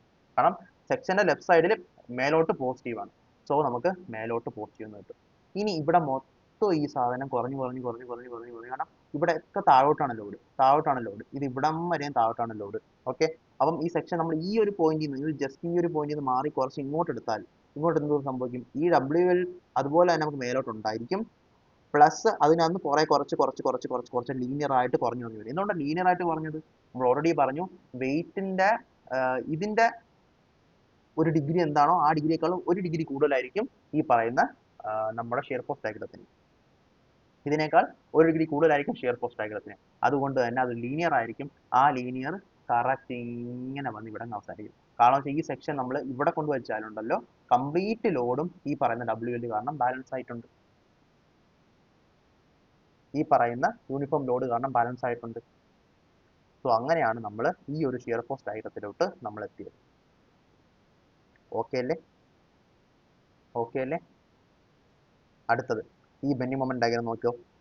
അപ്പം ഇവിടെ ഒരു സ്ട്രെയിറ്റ് ലൈൻ ആണല്ലോ, അപ്പൊ അതിന്റെ അടുത്ത ഡിഗ്രി എന്താ? പരാബോള. പരാബോള ആയിരിക്കും ബെൻഡിങ് മൊമെന്റ് ഡയഗ്രം. ഈ പരാബോള എങ്ങനെയായിരിക്കും? ഇങ്ങനെയായിരിക്കും എങ്ങനെയാണെങ്കിൽ പരാബോള ആവാൻ ഇതിനകത്ത് എങ്ങനെ വേണമെങ്കിലും പരാബോള ആവാം. പരാബോള ആണെന്ന് മാത്രമേ നമുക്ക് അറിയാവുള്ളൂ. അപ്പൊ എങ്ങനെ നമുക്ക് കണ്ടുപിടിക്കാൻ പറ്റും? ഫസ്റ്റ് ഓഫ് ഓൾ ഈ സെക്ഷൻ ഞാൻ ഇവിടെ അടുപ്പിച്ച് വെച്ചു. അപ്പം ഇവിടെ ആകെപ്പാടെ ഒരു പോയിന്റ് മൊമെന്റ് മാത്രമേ ഉള്ളൂ. ഓക്കെ, ഈ ഒരു പോയിന്റ് മൊമെന്റ് എന്ന് പറഞ്ഞാൽ ഈ ഡയറക്ഷനിലാണ്. നമ്മൾ ഈ സെക്ഷൻ വെച്ച് നോക്കിക്കഴിഞ്ഞാൽ ഇത് താഴോട്ട് കരഞ്ഞുകൊണ്ടിരിക്കുക, സങ്കടപ്പെട്ടിരിക്കുക. കാരണം ഇങ്ങോട്ട് മൊമെന്റ് ആക്ട് ചെയ്യുന്ന പറഞ്ഞാൽ ഇങ്ങനെ പോകുന്നില്ല അർത്ഥം, ഇങ്ങനെ പോകുന്നില്ല അർത്ഥം. അപ്പൊ അതിനകത്ത് എന്താ? ഇത് നെഗറ്റീവ് ആണ്. സോ നെഗറ്റീവ് ആയിട്ട് WL/L/2 ആയിരിക്കും ഇവിടെ വരുന്നത്. സോ നെഗറ്റീവ് ആയിട്ട് WL/L/2 ആയിരിക്കും ഇവിടെ വരുന്നത്. ഓക്കെ, ഇനി ഇവിടം വരെ പോണ സമയം കൊണ്ട് ഈ കംപ്ലീറ്റ് ബെൻഡിങ് മൊമെന്റും 0 ആയിട്ട് മാറുകയും ചെയ്യും. വേറെ കാര്യം പറഞ്ഞാൽ ഒരു ഫ്രീ ഹാങ്ങിങ് സപ്പോർട്ട് ഉണ്ടെന്നുണ്ടെങ്കിൽ അവിടെ ഷിയർ ഫോഴ്സ് ഡയഗ്രത്തിൽ ഷിയർ ഫോഴ്സും ബെൻഡിങ് മൊമെന്റും 0 ആയിരിക്കും. അതൊരു കൺസെപ്റ്റ് ആണ്, നമ്മൾ പഠിച്ചു വെച്ചേക്കാം. പക്ഷെ വീണ്ടും പ്രോബ്ലം ഉണ്ട്. ഇത് ഇവിടെ നിന്ന് താഴെ വരും, ഈ പോയിന്റ് എടുത്തു. ഈ പരാബോള ഇങ്ങനെ ആവാം. ഇങ്ങനെ ഒരു പരാബോള ആവാമല്ലോ, എന്തുകൊണ്ട് ഇങ്ങനെ ഒരു പരാബോള ആവുന്നില്ല? മേലോട്ടുള്ള പരാബോള ആയി എന്നുള്ളതാണ് നമ്മുടെ ചോദ്യം. അപ്പൊ നമുക്ക് മനസ്സിലാൻ പറ്റും, ഇവന്റെ സ്ലോപ്പ് BMD യുടെ സ്ലോപ്പ് ആണ് SFD. SFD യുടെ 1 ഡിഗ്രി കൂടുതലാണ് BMD നമ്മൾ പറഞ്ഞു. അതുപോലെ തന്നെ BMD യുടെ സ്ലോപ്പ് ആണ്, മേലോട്ട് പോകുന്നതിനനുസരിച്ച് സ്ലോപ്പ് ആവും. ഇവിടെ നിന്ന് ഇങ്ങോട്ട് വരുമ്പോൾ ഡിഗ്രി ഇങ്ങനെ കൂടി വരും. അപ്പോൾ BMD എന്നുള്ളതിന്റെ സ്ലോപ്പ് ആണ് SFD. ഈ കേസിൽ നോക്ക്, ഈ കേസിൽ ഇവിടെ നിന്ന് ഇങ്ങോട്ട് കുറഞ്ഞു വരില്ലേ? അപ്പൊ ഈ കർവിന്റെ സ്ലോപ്പ് കുറഞ്ഞു വരണ്ടേ?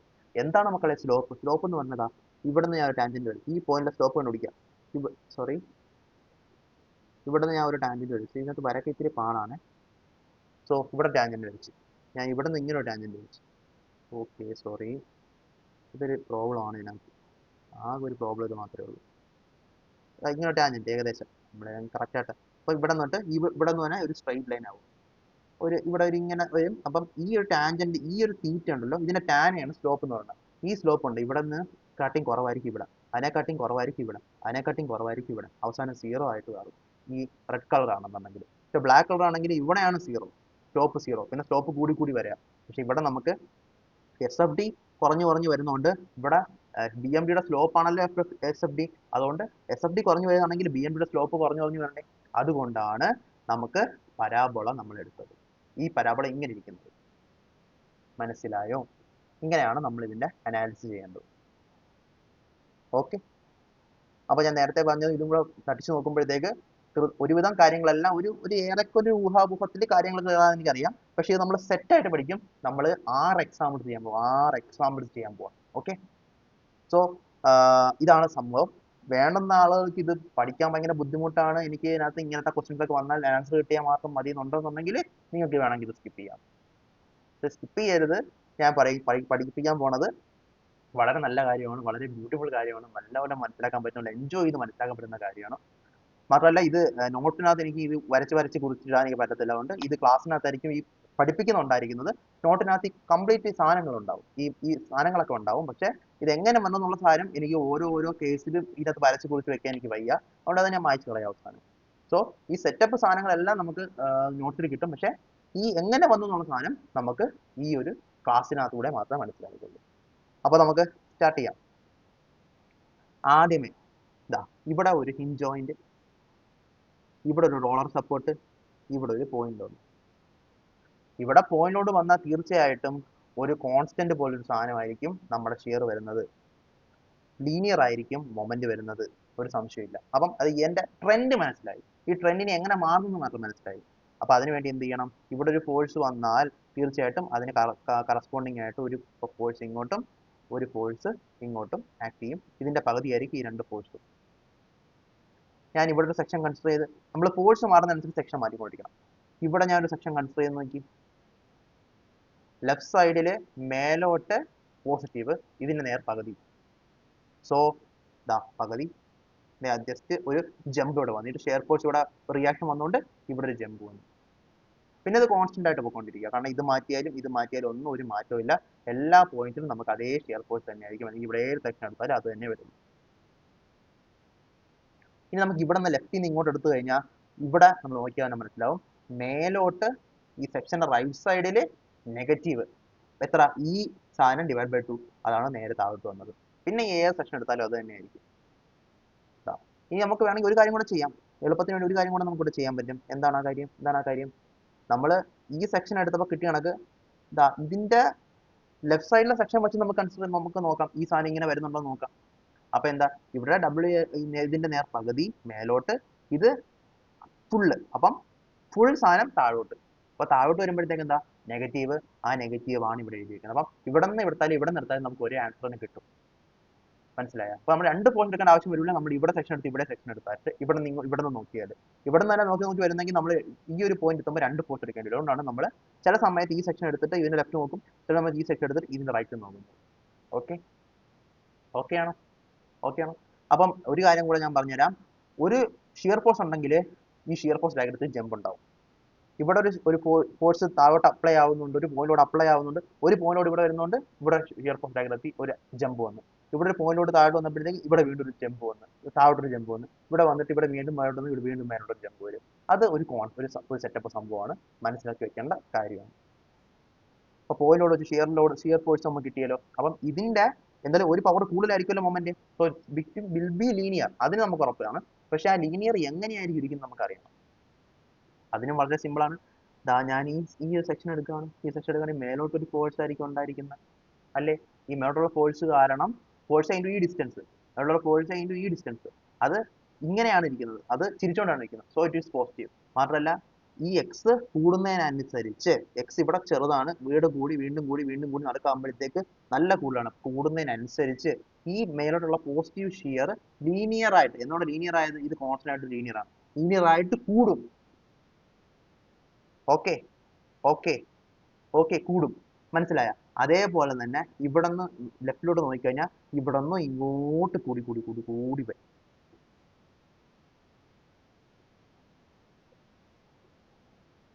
ഓക്കെ അല്ലേ?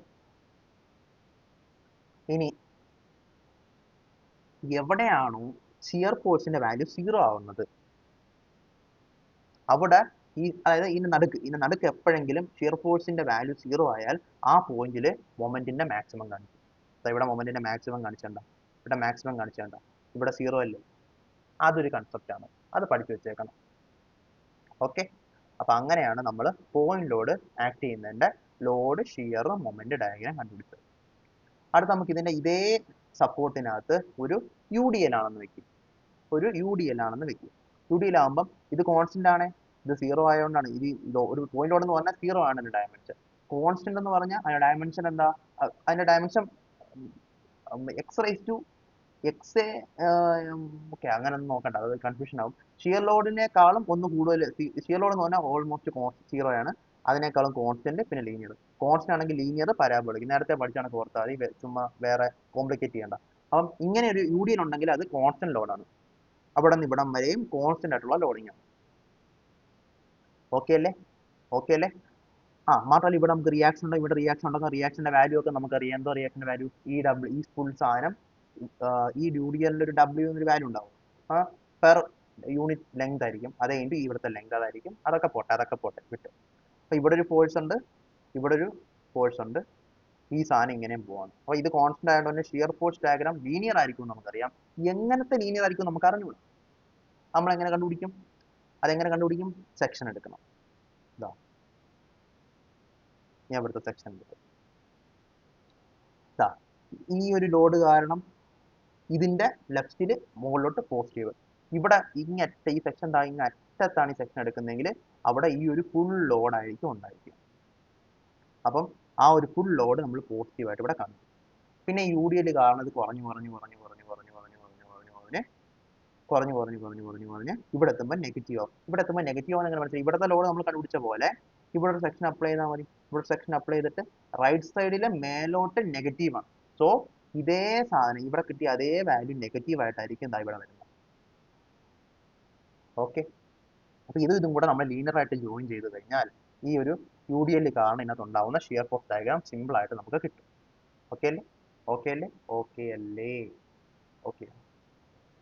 ഇത് ലീനിയർ ആണെങ്കിൽ മൊമെന്റ് ഡയഗ്രാം പരാബോളിക് ആയിരിക്കും. ഈ മൊമെന്റ് ഡയഗ്രത്തിന്റെ ഒരു പ്രത്യേകത എന്ന് വെച്ചാൽ ഈ പറഞ്ഞ സിംപ്ലി സപ്പോർട്ടഡ് പോയിന്റ്സിലെല്ലാം ബെൻഡിങ് മൊമെന്റ് സീറോ ആയിരിക്കും. പക്ഷേ ഫിക്സ്ഡ് ആണെങ്കിൽ സീറോ ആയിരിക്കണമെന്ന് നിർബന്ധമില്ല. സിംപ്ലി സപ്പോർട്ടഡ് ആണെങ്കിൽ ഈ പോയിന്റ്സിനെല്ലാം ബെൻഡിങ് മൊമെന്റ് സീറോ ആയിരിക്കും. കാരണം നമ്മൾ ഓൾറെഡി പറഞ്ഞു അതിനെ നമുക്ക് ഹൊറിസോണ്ടലും വെർട്ടിക്കലും ഫോഴ്സിനും റെസിസ്റ്റ് ചെയ്യാൻ പറ്റത്തുള്ളൂ. സിംപ്ലി സപ്പോർട്ടഡ് സാധനങ്ങൾക്ക് ഹിഞ്ച് ജോയിന്റിനും റോളർ സപ്പോർട്ടിനും ബെൻഡിങ് മൊമെന്റ് റെസിസ്റ്റ് ചെയ്യാൻ പറ്റൂല. അതുകൊണ്ട് അവിടെ രണ്ടും ബെൻഡിങ് മൊമെന്റ് സീറോ ആവുന്ന രീതിക്ക് മാത്രമേ ഇക്വിലിബ്രിയം കണ്ടീഷൻ ഉണ്ടാക്കാൻ പറ്റൂ. സോ ഇവിടെയും സീറോ, ഇവിടെയും സീറോ, ഇവിടെയും സീറോ, ഇവിടെയും സീറോ, ഇവിടെയും സീറോ, ഇവിടെയും സീറോ. അത് എപ്പോഴും സീറോ ആയിരിക്കും. ഓക്കെ അല്ലേ? ഓക്കെ അല്ലേ? ഓക്കെ അല്ലേ? സോ ഇത് ലീനിയർ അല്ലേ? ഇത് ലീനിയർ അല്ലേ? സോറി, ഇതല്ല മാച്ചാണ്. ഇത് ലീനിയർ അല്ലേ? ഇത് ലീനിയർ ആണെങ്കിൽ ഇത് പരാബോളിക് ആയിരിക്കും. ഇത് പരാബോളിക് ആയിരിക്കും. ഈ പരാബോള എന്ന് പറയുന്ന സാധനം ഈ ഒരു പോയിന്റിൽ നിന്ന് നമ്മൾ നേരത്തെ ചെയ്യണമെങ്കിൽ ഇവിടെ സെക്ഷൻ എടുത്തിട്ട് നോക്കിക്കഴിഞ്ഞാൽ നമുക്ക് മനസ്സിലാവും ഇത് കൂടി കൂടി കൂടി കൂടി മാക്സിമം ആയിട്ട് പിന്നെ കുറഞ്ഞു കുറഞ്ഞു കുറഞ്ഞു കുറഞ്ഞു വരും. ഇവിടെ മാക്സിമം ആവുമെന്നുള്ളതിന് വേറൊരു തെളിവ് എന്താണ്? ഈ പോയിന്റിൽ ഷിയർ ഫോഴ്സ് ഡയഗ്രാം സീറോ ആവുന്നു. സീറോ ആയി കഴിഞ്ഞാൽ തീർച്ചയായിട്ടും ഇവിടെ ഇത് വരും, മാക്സിമം വരും. ഓക്കെ ഓക്കെ ഓക്കെ ശരി. അടുത്തത് ലീനിയർ ലോഡ് അപ്ലൈ ചെയ്യുന്ന ഇവിടെ വീണ്ടും സിംപ്ലി സപ്പോർട്ട് ബീമാണ്, രണ്ട് ഫോഴ്സ് ഉണ്ട്. ഇതിനെ ഇവിടുത്തെ റിയാക്ഷൻ ആയിരിക്കും കൂടുതൽ, ഇവിടുത്തെ റിയാക്ഷൻ ചെറുതായിരിക്കും. അതിന്റെ റീസൺ നമ്മൾ നേരത്തെ നമ്മൾ ചെയ്തതാണ്. ഒരു പ്രാവശ്യം റിയാക്ഷൻ നമ്മൾ കണ്ടുപിടിച്ച് നമുക്ക് കിട്ടിയായിരുന്നു. എങ്ങനെ വരുന്നതൊക്കെ ഞാൻ പറഞ്ഞു തന്നെ, വീണ്ടും ഞാൻ പറയുന്നില്ല. കാരണം ഇതിന്റെ സെന്റർ ഇവിടെയാണ്, സെന്ററിൽ ഇവിടെ ആയിരിക്കും കോൺസെൻട്രേഷൻ വരുന്നത് ഫോഴ്സിന്റെ. അപ്പം ഇതിന്റെ അടുത്ത് നിൽക്കുന്ന ഇതിനായിരിക്കും കൂടുതൽ ലോഡ്, ഇതിന് കുറച്ച് ലോഡായിരിക്കും ഉണ്ടായിരിക്കുക. ഓക്കെ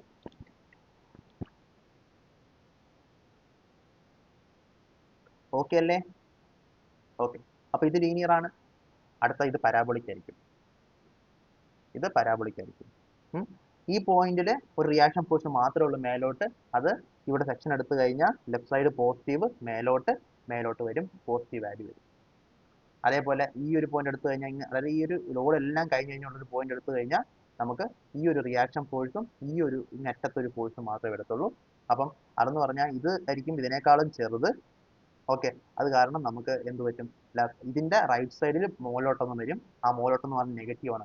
സെക്ഷന്റെ റൈറ്റ് സൈഡിൽ മുകളിലോട്ട് നെഗറ്റീവ് ആണ്, അത് താഴോട്ടും വരും. സോ ഇവിടെ നമുക്ക് താഴോട്ട് സ്ഥാനം കിട്ടും. ഈ രണ്ടും കണക്ട് ചെയ്യുന്നത് ഒരു പരാബോള ആയിരിക്കും. അഗെയിൻ പരാബോള എങ്ങനെയായിരിക്കും? നമുക്ക് ഇവിടെ നിന്ന് ഒരു പരാബോള ഇങ്ങനെയും കണക്ട് ചെയ്യാം, വേണമെങ്കിൽ ഇങ്ങനെയും കണക്ട് ചെയ്യാം. ഏത് പരാബോള എങ്ങനെ അറിയും?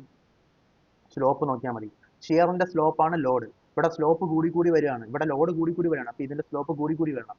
സ്ലോപ്പ് കൂടി കൂടി വേണം. ഇവിടെ സ്ലോപ്പ് സീറോ, ഇവിടുത്തെ സ്ലോപ്പ് കൂടി, ഇവിടുത്തെ സ്ലോപ്പ് കൂടി, ഇവിടെ സ്ലോപ്പ് വീണ്ടും കൂടി, ഇവിടെ സ്ലോപ്പ് വീണ്ടും കൂടി, ഇവിടെ ഓൾമോസ്റ്റ് സ്ലോപ്പ് കൂടി കൂടി ഇങ്ങനെ വരെ വരും. ഇവിടെ എക്സ് ആക്സിസ് വെച്ചുണ്ടാക്കുന്ന ആംഗിൾ ആണ് നമ്മൾ ഈ പറയുന്ന സ്ലോപ്പ് എന്ന് പറയുന്നത്. അപ്പൊ സീറോ എന്നുള്ള സ്ലോപ്പാണ് ഇത്, സീറോ എന്നുള്ള സ്ലോപ്പാണ്. ഇങ്ങനെ വരുന്നതിനനുസരിച്ച് സ്ലോപ്പ് കൂടി കൂടി വരും. ഓക്കെ, അതുകൊണ്ടാണ് നമുക്ക് ഈ പരാബോള എടുത്തത്. ഇതായിരുന്നെങ്കിൽ എന്തായിരുന്ന അവസ്ഥ? ഇതായിരുന്നെങ്കിൽ എന്തായിരുന്നത്? ഈ പോയിന്റിൽ നല്ല സ്ലോപ്പ് ഉണ്ടായിരുന്നത്, ഈ പോയിന്റ് സ്ലോപ്പ് കുറഞ്ഞു, ഈ പോയിന്റ് സീറോ ആയിട്ട് മാറി. അപ്പൊ അത് തെറ്റല്ലേ? കാരണം ലോഡ് കൂടി കൂടി വരുന്നത് ഇവിടെ അല്ലേ? അപ്പൊ അതുകൊണ്ട് സ്ലോപ്പ് കൂടി കൂടി വേണം ഇവിടെ നിന്ന് ഇവിടം വരെ വരാൻ വേണ്ടി. അതുകൊണ്ടാണ് നമ്മൾ ഈ പരാബോള ചൂസ് ചെയ്യുന്നത്. അപ്പൊ അതേപോലെ തന്നെ അടുത്ത ക്യൂബിക്ക് ഈ രണ്ട് പോയിന്റ്സിലും സീറോ ആയിരിക്കും. എന്താ മൊമെന്റ് സീറോ ആയിരിക്കും, കാരണം രണ്ട് ഈ പറയുന്ന സിംപ്ലി സപ്പോർട്ടഡ് സാധനങ്ങളാണ് വെച്ചേക്കുന്നത്. ആൻഡ് ഓൾസോ ഈ ഒരു പോയിന്റ് ഇതിൽ സീറോ ആവുന്ന ഈ പോയിന്റിലായിരിക്കും ഇതിന്റെ മാക്സിമം. ഇത് സെൻട്രലല്ല, ഇത് ആ പറയുന്ന മറ്റേ ഇതിനെ നമ്മൾ ഒരു സെൻട്രലോട്ട് കോൺസെൻട്രേറ്റ് ചെയ്തായിരുന്നല്ലോ, സെൻട്രോയിഡിലോട്ട്. ആ ട്രയാങ്കിളിന്റെ ഏരിയ ആയിരുന്നു ടോട്ടൽ ലോഡ്. അതിനെ നമ്മൾ അതിന്റെ ട്രയാങ്കിളിന്റെ സെൻട്രോയിഡിലോട്ട് ആയിരിക്കും പോയിന്റ് ലോഡായിട്ട് അസ്യൂം ചെയ്യുന്നത്. ആ പോയിന്റാണ് ഷിയർ ഫോഴ്സ് സീറോ ആവുന്നത്. ആ പോയിന്റിലാണ് ബെൻഡിങ് മൊമെന്റ് മാക്സിമം ആവുന്നത്. എന്തുകൊണ്ടാണ് മാക്സിമം വരുന്നത്? ഇത് സീറോ ആണ്, ഇതിന്റെ സ്ലോപ്പ് സീറോ ആണ്. ഇതിന്റെ സ്ലോപ്പ് സീറോ എന്ന് പറഞ്ഞാൽ ഒന്ന് മാക്സിമം കിട്ടിയ കണ്ടീഷനാണ്.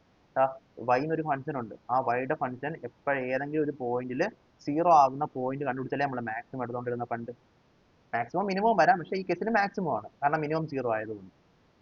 ഓക്കെ, അങ്ങനെയാണ് നമുക്ക് ഈ സെറ്റപ്പ് സാധനങ്ങളെല്ലാം മനസ്സിലാവുന്നത്. നല്ല കിടിലായിട്ട് മനസ്സിലാവുന്ന വിചാരിക്കുന്ന നമ്മൾ നല്ല അതിന്റെ കോറിലോട്ട് ഇറങ്ങി പോവാം. Shear force and bending moment ഉണ്ടാകുമ്പോഴത്തേക്കിന്റെ കോറിലോട്ട് നമ്മൾ പോയിക്കൊണ്ടിരിക്കുന്നത്. ഏത് ക്വസ്റ്റ്യൻ മുതൽ നമുക്ക് ചെയ്യാൻ പറ്റും. എല്ലാ കാര്യങ്ങളും മനസ്സിലാക്കി വെച്ചാൽ എങ്ങനെയാണ് ചെയ്യുന്നത് മനസ്സിലാക്കി വെച്ചാൽ. അടുത്ത കേസ് നോക്കാം. അടുത്ത കേസ് എങ്ങനെയാണ്? ഇവിടെ ഉണ്ടോ ഒരു കോൺസെൻട്രേഷൻ മൊമെന്റ് എം ഇങ്ങനെ ഒരു ആന്റി ക്ലോക്ക് വൈസ് ഡയറക്ഷനിൽ അപ്ലൈ ചെയ്തുകൊണ്ടിരിക്കുകയാണ്. അപ്പൊ ഈ കേസിൽ വീണ്ടും ഡയമെൻഷൻ സീറോ ആണ്, കാരണം ഒരു പോയിന്റ് ലോഡ് പോലെയാണ്, പോയിന്റ് ഡബ്ല്യു പോലെയാണ് പോയിന്റ് മൊമെന്റും വരുന്നത്. അപ്പൊ ഈ പോയിന്റ് ലോഡ് വരുമ്പോൾ എന്ത് സംഭവിക്കും? ഷിയർ ഫോഴ്സ് കോൺസ്റ്റന്റ് ആയിരിക്കും, മൊമെന്റ് ലീനിയർ ആയിരിക്കും. ഇനി നമ്മൾ കൂടുതൽ കാര്യങ്ങൾ മനസ്സിലാക്കാൻ പോവാം. ഈ മൊമെന്റ് ഇങ്ങനെ വന്നല്ലോ, ഈ എന്തായാലും ഈ ഒരു മൊമെന്റ് കാരണം ഇവിടെ ഷിയർ ഫോഴ്സ് വരത്തില്ല. അത് നമുക്ക് എല്ലാവർക്കും അറിയാം. ഷിയർ ഫോഴ്സ് വന്നെങ്കിൽ ഷിയർ ഫോഴ്സ് തന്നെ വരണം, റിയാക്ഷൻ ഫോഴ്സ് തന്നെ വരണം, എങ്കിലേ ഷിയർ ഫോഴ്സ് വരത്തുള്ളൂ. ഓക്കെ, അപ്പോ ഈ മൊമെന്റ് ഇവിടെ ഉള്ളൊരു മൊമെന്റ് ഉണ്ടല്ലോ, ആ മൊമെന്റ് മാത്രമേ ഉണ്ടായിരുന്നുള്ളെങ്കിൽ അത് കിടന്ന് കറങ്ങി. പക്ഷെ ഇത് കറങ്ങുന്നില്ലല്ലോ. കറങ്ങാതിരിക്കാൻ എന്താ സഹായിക്കുന്നത് അറിയാമോ? ഇവിടെ നിന്ന് ഇങ്ങോട്ടൊരു ഫോഴ്സും ഇവിടെ നിന്ന് ഇങ്ങോട്ടൊരു ഫോഴ്സ് താഴോട്ട്. കാരണം എങ്കിലേ ഇത് രണ്ടും കൂടെ ചേർന്ന് ഒരു കപ്പിൾ ഇങ്ങോട്ട് ഉണ്ടാക്കുള്ളൂ, എങ്കിലേ ആ മൊമെന്റ് റെസ്റ്റ് ചെയ്യാൻ പറ്റുള്ളൂ. സോ ഒരു ഫോഴ്സ് ഇങ്ങോട്ടും ഒരു ഫോഴ്സ് ഇങ്ങോട്ടും ആയിരിക്കും ഉണ്ടായിരിക്കുന്നത്. ഓക്കെ, ആ രണ്ട് ഫോഴ്സ്, ഈ ഫോഴ്സ് ഏത് പോയിന്റിൽ ഏത് മൊമെന്റിൽ നമ്മൾ മൊമെന്റ് അപ്ലൈ ചെയ്താലും സീറോ ആവുന്ന രീതി. ഇപ്പോൾ ഉദാഹരണത്തിന് ഇത് L ആണെന്ന് വെക്ക്, ഇത് L ആണെന്ന് വെക്ക്, ഞാൻ ഇത് A ആണെന്ന് വെക്ക്, ഇത് B ആണെന്ന് വെക്ക്. ഞാൻ സിഗ്മ എം എ എടുത്താൽ sigma M A should be equal to 0, sigma M B is equal to 0. എവിടെ എം ബി, എവിടെ ഏത് പോയിന്റിലും മൊമെന്റ് എടുത്താൽ 0 ആയിരിക്കണം. ഓക്കെ, അപ്പോൾ ഞാൻ സിഗ്മ എം എ എടുക്കുവാണേ, സിഗ്മ എം എ എടുക്കുമ്പോൾ നമുക്ക് ഈ ഒരു ഈ റിയാക്ഷൻ കാരണം അല്ലെങ്കിൽ ആർ എ കാരണം ഒരു മൊമെന്റം ഉണ്ടാകത്തില്ല. പക്ഷെ ആർ ബി കാരണം മൊമെന്റ് ഉണ്ടാവും. എന്താ? R B into L, R B into L ഉണ്ടാവും. അതെന്താ? ഈ ഡയറക്ഷനിലാണ്. നമ്മൾ ഡയഗ്രം വരയ്ക്കുമ്പോൾ മാത്രമേ നമ്മൾ റൈറ്റും ലെഫ്റ്റ് സെക്ഷൻ ഒക്കെ നോക്കേണ്ട ആവശ്യമുള്ളൂ. അല്ലെന്നുണ്ടെങ്കിൽ എപ്പോഴും നമ്മൾ കൗണ്ടർ ക്ലോക്ക് വൈസ് പോസിറ്റീവും ക്ലോക്ക് വൈസ് നെഗറ്റീവ് എടുക്കാം. അപ്പൊ ഇത് ഒരു ക്ലോക്ക് വൈസ് മൊമെന്റ് ആയതുകൊണ്ട് ആർ ബി ഇൻറ്റു ബി നമുക്ക് എഴുതാം, ആർ ബി ഇൻറ്റു ബി എന്ന് എഴുതാം. ഈ പോയിന്റിൽ ഈ ഒരു ഫോഴ്സ് ഈ ഡയറക്ഷനിൽ കൊടുക്കാം. അതുപോലെ തന്നെ ഈ മൊമെന്റ് കണ്ടോ, ഈ മൊമെന്റ് നമുക്ക് ഏതൊരു പോയിന്റിലേക്ക് നമുക്ക് ട്രാൻസ്ഫർ ചെയ്യാൻ പറ്റും. ഇങ്ങോട്ടും വയ്ക്കും ഇങ്ങോട്ടും വയ്ക്കും. ഒരു മൊമെന്റ് ഉണ്ടെങ്കിൽ മൊമെന്റ് നമ്മൾ ആഡ് ചെയ്താൽ മാത്രം മതി. ഇതൊരു കൗണ്ടർ ക്ലോക്ക് വൈസ് മൊമെന്റ് ആണ്. ആൻഡ് അതുകൊണ്ട് നമ്മൾ എം എന്ന് എഴുതും, പ്ലസ് എം എന്ന് എഴുതും. ബനാത് നമുക്ക് ആർ ബി കിട്ടും. എന്താണ് ആർ ബി കിട്ടുന്നത്? സോറി, ഇത് ബി അല്ല, ഇത് എൽ ആണ്. കാരണം ആർ ബി ഇൻറ്റു എൽ ആണ് distance, R B into L ആണ് ഡിസ്റ്റൻസ്. അപ്പോൾ ആർ ബി എന്ന് പറഞ്ഞാൽ എന്താണ്? ഇത് സീറോ ആയതുകൊണ്ട് ഇത് സീറോ ആയതുകൊണ്ട് തന്നെ R B is equal to minus M divide by L ആയിരിക്കും. ഓക്കെ, അപ്പോൾ എം ഡിവൈഡ് ബൈ എൽ ആയിരിക്കും നമുക്ക് കിട്ടുന്ന വാല്യൂ. ഇത് ഓൾറെഡി ഇത് ആർ ബി താഴോട്ടാണ്, ക്ലോക്ക് വൈസ് മൊമെന്റ് നമ്മൾ അസ്യൂം ചെയ്യണം.